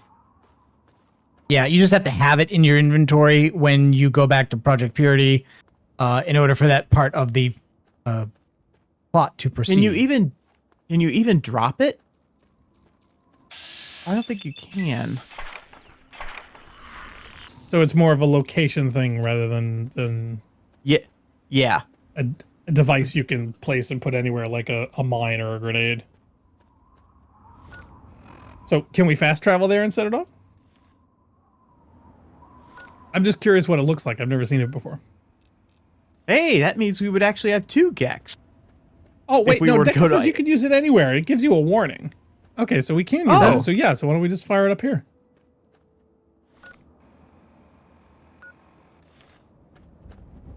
I'd be curious to do it right on where we nuked Megaton, but yeah, you know. which is right around the corner. So. Oh, sweet. All right, so let's go right there and set it off. So I'm And wondering the- if we'll the- get all of our karma back after we nuke it and then use the GEC on the same spot. Well, it's funny. It's funny you should bring up karma because karma is definitely rewarding one character we're about to encounter when we step foot. Oh, it's such a sweet, gentle sound. I just want to know why shooting over its head shoots it in its head. Well, the silencer probably slows the bullet down to go for a No, deeper it's the arch. angle. The angle's completely off. It's shooting over the target. It's just bad game modeling. What? I think at least one of my mods has messed with that sign again. Oh, really? The sign, yeah, the sign that goes to Moriarty to Gob. Oh. Oh, there she is. Oh, My head's still ringing from that explosion. What happened? Don't know. Things went boom boom. Nice thing to say. Of course it's me. What's with the weird look? Don't you remember who I am? Did you hurt your head in that big explosion? Not my head, no. Yeah. That was it. Ghoul? What? Me? What do you... Huh? Why am I a ghoul? Is this because of that explosion? Actually, this isn't too bad. I always was curious to do some tests involving ghouls.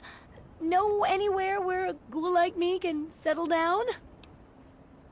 Oh, and I can't tell her the answer because I don't know. This character hasn't been to Underworld. It doesn't know anything about it. So there is a community of ghouls that if I had been there, I could have told her to go there, and then she would go there. You could have told her where to go, yeah. But oh, that's funny. You know, this is just the perfect excuse to visit Rivet City. Oh, well, I'm heading downtown. Is that going to turn out well? To check out the museum. Probably What not. I'll find. Anyway, okay. Downtown, one way or the other. She's going there anywhere because the museum is where that is.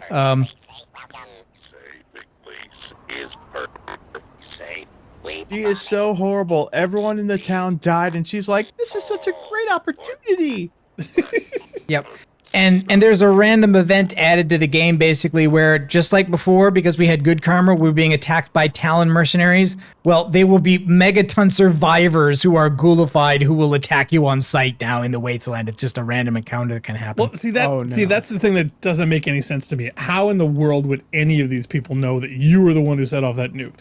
Anybody within range would be dead, and anybody outside of it wouldn't have seen or known. It is certainly possible to do that in a way that no one should know. However, the way I did do it was that I publicly accepted Burke's offer in the bar and then turned him into the sheriff, and then there was a gunfight that ended up with both of them dead and me alive.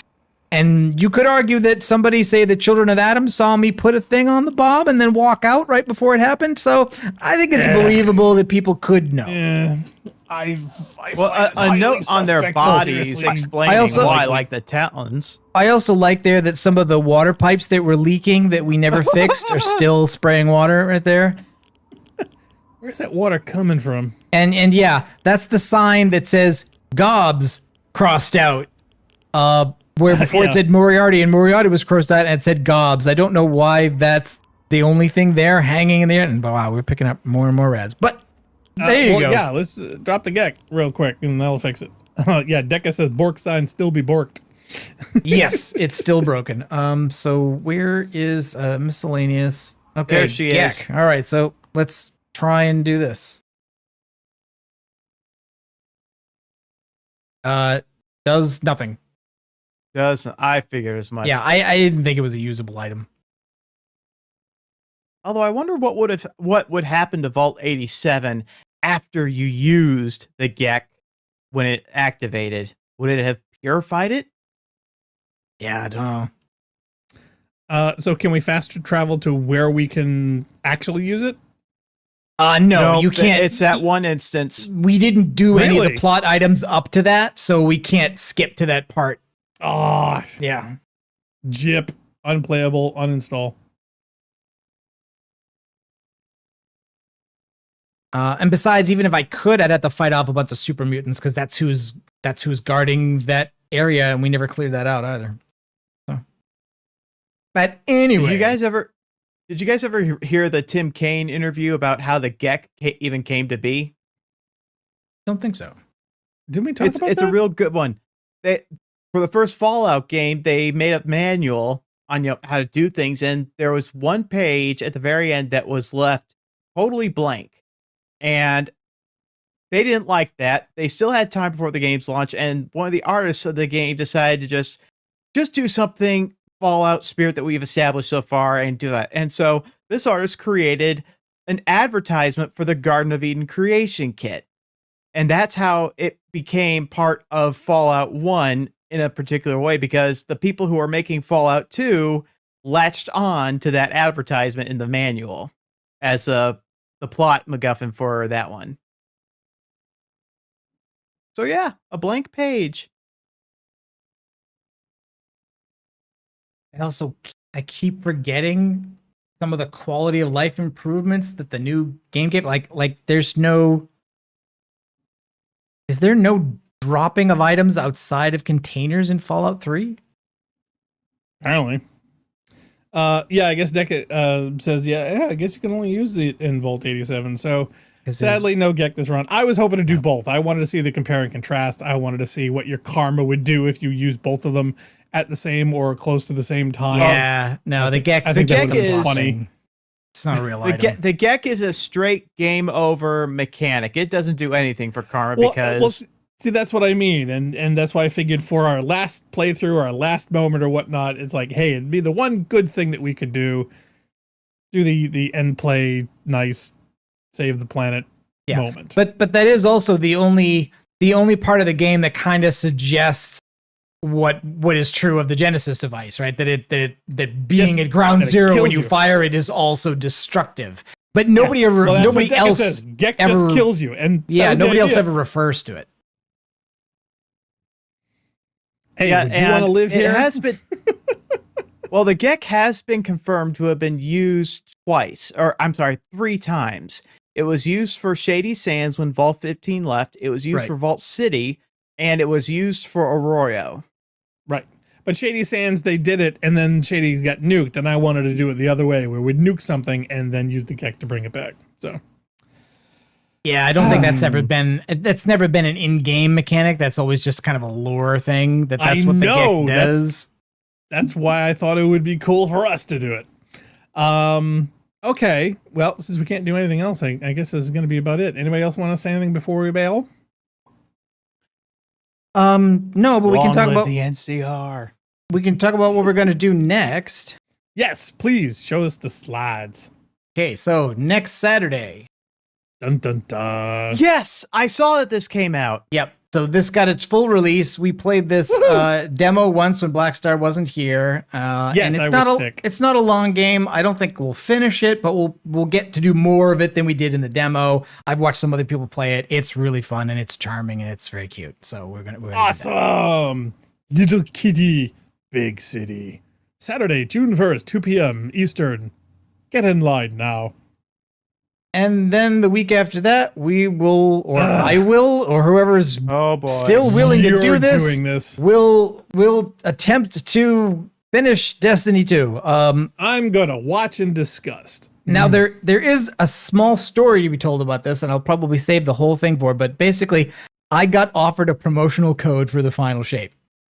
I bet you did. The first time we ever really got any a review code or anything. In 20 years. But it comes with a disclosure requirement, so I don't think I'm going to use it. I'm sure it does. Do you have to sign an NDA? No NDA, but it did say basically that if you use this, you be aware under FTC rules, you have obligations to disclose the fact that you got this. And I'm like, all right, that's not a big deal. I don't think people do that all the time. I know people do it all the time, and we would just say, "Hey, this video includes sponsored content. I got a code for the final shape, but I also just feel that if I were gonna make a video where I say, yeah, well, I got this for free, and now we're gonna play it, and I was like, wow, that was dog shit. That sucked ass. I mean, I would feel bad for doing that. I would rather spend my own money and do it, and not have to say I got a review code, and then just say whatever I think about the thing. Right, but see that seems self-evident. If you're reviewing it or putting it out before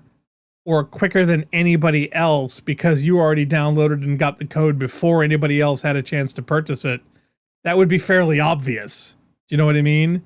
If you were streaming it live or if you were putting something in, you'd be showing that. So saying that it's an obligation to reveal to people that you're already doing that, I don't know, you're already playing the game before everybody else. How is that not an obvious thing? So yeah, that's and I just thought it was not funny. That big of a deal. When I saw the message, I thought, oh wow, maybe somebody finally remembered that we exist. And no, it was just a major promotion thing. It didn't come directly from Bungie. It came from a third party. Nope. And I think it was a result that a couple of years ago, Bungie launched a Bungie Partners Creator Program, and so I figured I should apply for entry to it. They weren't charging any money for it, so I was just like, here, it's this fan site. It's been around since then. We did Halo stuff, we did Destiny stuff here, and I never heard back. They were like, it's very high volume. We're very, very busy. You probably won't hear from us for a while, but we'll get back to you eventually. And I never heard anything until the final shape. Yeah, your email is probably in a database somewhere, and it just boop, and they probably have 80 billion codes, and they're trying to drum up interest and whatever else. I'm curious, considering that after the last sales expansion plummeted, and I do mean plummeted in sales. I'm curious as to how either pre-orders or how the sales of this is going to go. I wonder if it's either going to be a reflection or a continuation, or dare I say even a plateau, or maybe more people who want to like see what the end of the game is going to be, or whether people are just so ticked at the current state where they just say, you know what, I'm going to watch the streamer of all the people who got codes early. I don't know. I would imagine that there got to be a fairly, I don't want to say large, but a significant number of people who are like us that are really in here to see the conclusion to the thing we started and are going to drop off after that. Yeah. I'm wondering how they can figure out that there are people videos aren't talking going to about drop off what they after want to this. do next. And I'm like, man, it makes me tired even thinking about it. I don't care what they do next. I want something different, and it doesn't sound like I want what they wanted to do with Marathon either. Now that they've changed, I want someone different, a hero shooter, extraction shooter. No, it was supposed to be an extraction shooter, and then they hired somebody else. They changed it from Barrett, who was the old guy, and his thing was hero shooter. So it would it probably would still have extraction gameplay mode, but it then would not be an RPG or just a shooter. It was going to be a hero shooter where you choose a class of some sort, and that interested me even less. That didn't do anything to push me towards thinking it might be interesting. It was pushing me the other way. Yeah, wasn't he a former worker or whatnot at Valorant, or was that the first guy? I'm confused. That Barrett was the first guy. He was a reasonably long time Bungie employee. Not as far back as the original Marathon guy, right? Yeah, but the first guy was a Tarkov Tarkov guy. They were going to replicate Tarkov, and now they got a Valorant guy, and they're going to replicate Valorant. Yeah.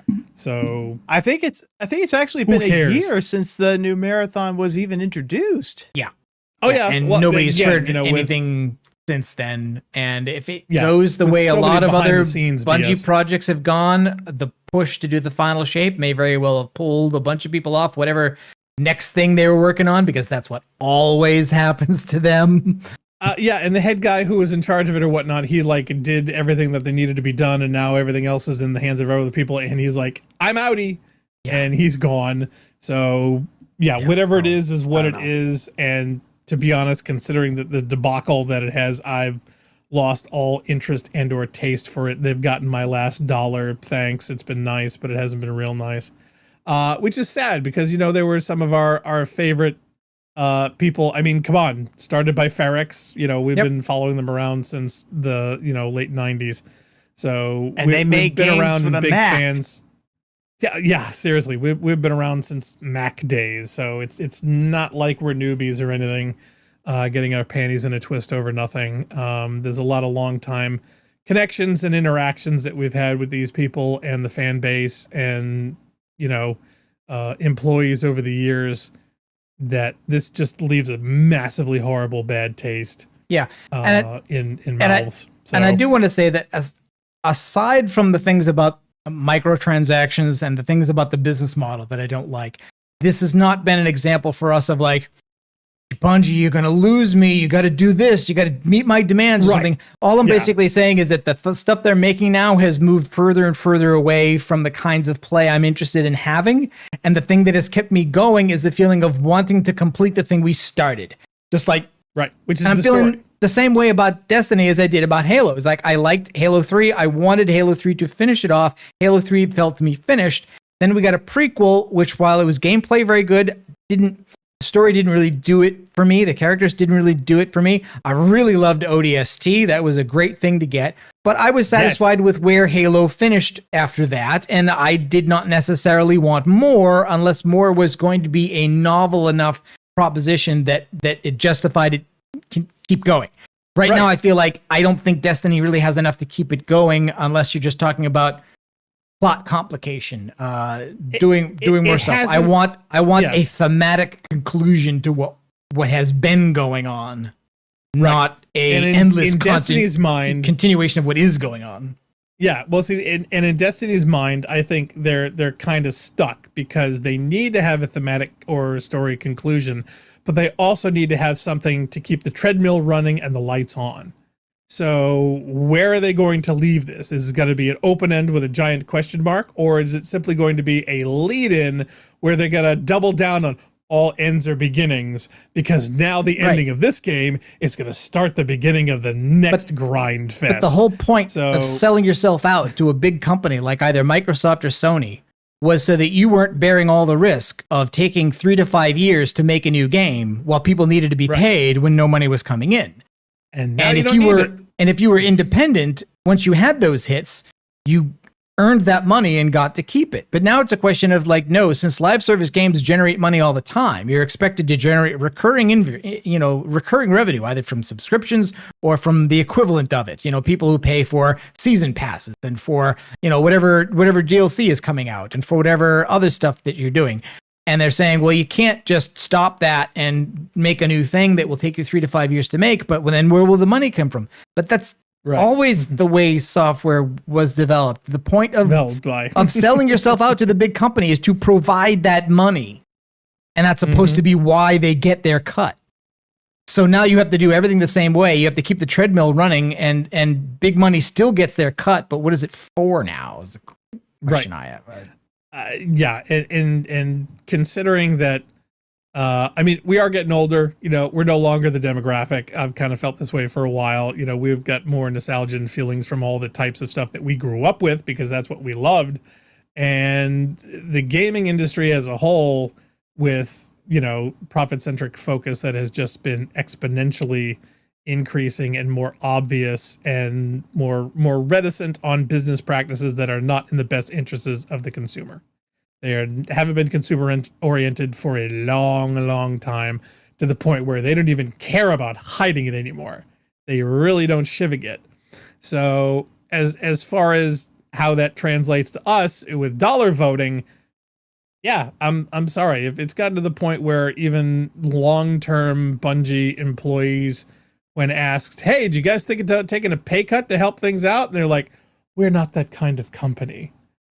If they wanted to not be the kind of company that didn't give artists and programmers and designers pay cuts, that's fine. But you're talking about executives. So exact. And what kills me is that it's not unheard of in the industry where Sony execs did take pay cuts when they were having development issues or products that did not reach target sale value numbers. And Nintendo. So, well, that's what I'm talking about. I'm talking about the Sony guys who basically said, nope, we didn't hit our target sales for these things and whatnot. The execs are taking a pay cut, which is what it should be. So to come out and blatantly in an obvious middle finger to everybody, nope, sorry. If you're that type of person, well, I'm not your type of customer. So if that's how you're going to behave and to treat people, that's fine, but I'm not going to pay for the privilege. Thank you very much. There's more than enough YouTubers out there that are going to cover your game that I can watch for free. So I'll get the story playthrough that we've been building to for the last decade, and that's fine. Because that's really all I've been interested in anyway. We don't raid anymore. We don't do a lot of the playthroughs of the expansions. Sure, there'll be a bunch of strikes, but it's not like we haven't done strikes before. And people would do playthroughs of those as well. So it's not like we're going to even remotely miss up any content. Sure, it'd be nice if we actually got the, old players all together so we could have one big last hurrah. I was kind of looking forward to maybe running into some of the old guys that are gonna be there, maybe haven't been playing for a long time. That would have been fun. But because of, lives and children and real life and whatever else, a lot of the old crew that we've been playing with for over the years, they have all moved on to other things anyway. They haven't been showing up, or at least in small pockets, only been showing up with people whose schedules align. But yeah, so that's not going to be possible. And that is a bummer and a disappointment, but it's something that I can't in good conscience reward for their attitude and behavior and recent actions. And it's not so much what they did, it's the way they did it and why they did it. And in my mind, it was completely unnecessary and could have been handled a whole lot better with the exact same results. And they just didn't seem to care. They literally have just gotten to the point where, nope, don't give a shit anymore. And if that's the way you feel about it, great. I'm not going to play. And certainly not with my money. So sad, but it's just, there's so many raw behind the scenes things that we talked about before, and we didn't even discuss it in this channel. It's not worth getting into, but it just sucks. Because, I mean, would you think that 10 years ago, this is where we would be now? Did it ever no, even because I thought it would happen earlier. I think most people expected that Bungie would be ruined by Microsoft. And certainly there were some negative consequences of, say, like being forced to hold release dates to when Microsoft wanted games to coming out. And there being very, very suboptimal decisions surrounding that, such that, like, for instance, like, it didn't make any sense for Halo to come out when it did. It either needed to come out earlier or it needed to be a 360 launch title. But then when you forced it to come out when it did, there was no time for them to make a 360 launch title. So, you know, forcing Halo 2 to come out when it did not only ruined Halo 2, but it also kind of ruined Halo 3 and also ruined the Xbox 360's launch because, I mean, it did pretty well without it, but it did not have a Halo launch title, which was weird given that the Xbox was largely a success because of Halo being a launch title. Yeah. Well, not only that, and what kills me, because you mentioned ODST, two of the best things that Bungie ever did in the early years were both under the gun, short time frame with small teams. And because the Halo that they had tried, they had to scrap. And then like the one that we got was like a 6 month, 6 month ultra grind. And ODST was very much the same thing. Small team, short development cycle. And yet for the content and the interesting parts that they put into it, you had way more in that than they had titles that they were working years on. And I thought that was really weird, that a lot of times you do your best work under pressure, under time, with a solid ship date that you just have to hit. So you cut away all the extras that you don't need and you're left with a much more better core experience. And why they didn't replicate that where, okay, we can only do a game that's so big. Well, fine, let's make one of these every year that's smaller rather than the big Gigunda one that's going to take us 3 to 5. Do you know what I mean? It's like put the chapters in smaller, readily available, easily consumable, easily replicatable items rather than trying to, you know, put 10 pounds of flour in a 5-pound bag. I never understood that for you know, from the consumer standpoint, from the development standpoint, and most importantly, the result content standpoint. Because out of all the ones that they did, 2 of the best ones they did was the first one, the original Halo, and ODST. Yep. So to me, it's less surprising that it happened at all. Maybe more surprising that it kind of took this long, and it was a result of the sale to Sony instead of the sale to Microsoft. Given that Microsoft had a very bad reputation for managing its third-party purchases at the time, and that Sony used to have a good one. Mm-hmm. And now, yeah, I don't know, very strange. Anyway, in fact, with the latest Helldivers 2 debacle with Sony, it's like, I mean, that's just the latest in a showcase of bad missteps, security breaches, as well as bad business practices or bad faith stuff. So it's not like this is a one thing that we're, you know, getting panties in a bunch over. They've had a history of a bunch of bad things going on behind the scenes for quite a while. And not just with us, or even with games that we play. But I love the Helldivers 2 reversal. That was great. Yeah. Didn't expect that. So that was obviously fan pushback that ended up with a decent result. So do you think we might end up playing that at some point? Because that game does look like that could be fun with people. Maybe. That to me, I think would be a good one-off because everyone of their cousins played it. I would just love to try it. And I think I can't imagine playing with you and Funk and Jail and whatnot could end up with anything but hysterically fun. Do you know what I mean? I really think that could be true. Yeah, that could be good. Mm-hmm. So, hey, if we can, or if we can materialize it, I would love to see if we can make that happen. But I think that's going to be it for us. Yep. We certainly hope you enjoyed. And everyone, feel free to check out all of our exciting adventures on our YouTube channel at Rampancy.net And for all of our schedule listings, updates, changes, or anything else interesting, please feel free to check out our schedule page at rampancy.net/schedule. So until next time, I am Blackstar. He is Narcogen. He is Jail. We are Rampancy. And we certainly hope to catch all of you next time. Thank you for watching. Bye-bye. Bye.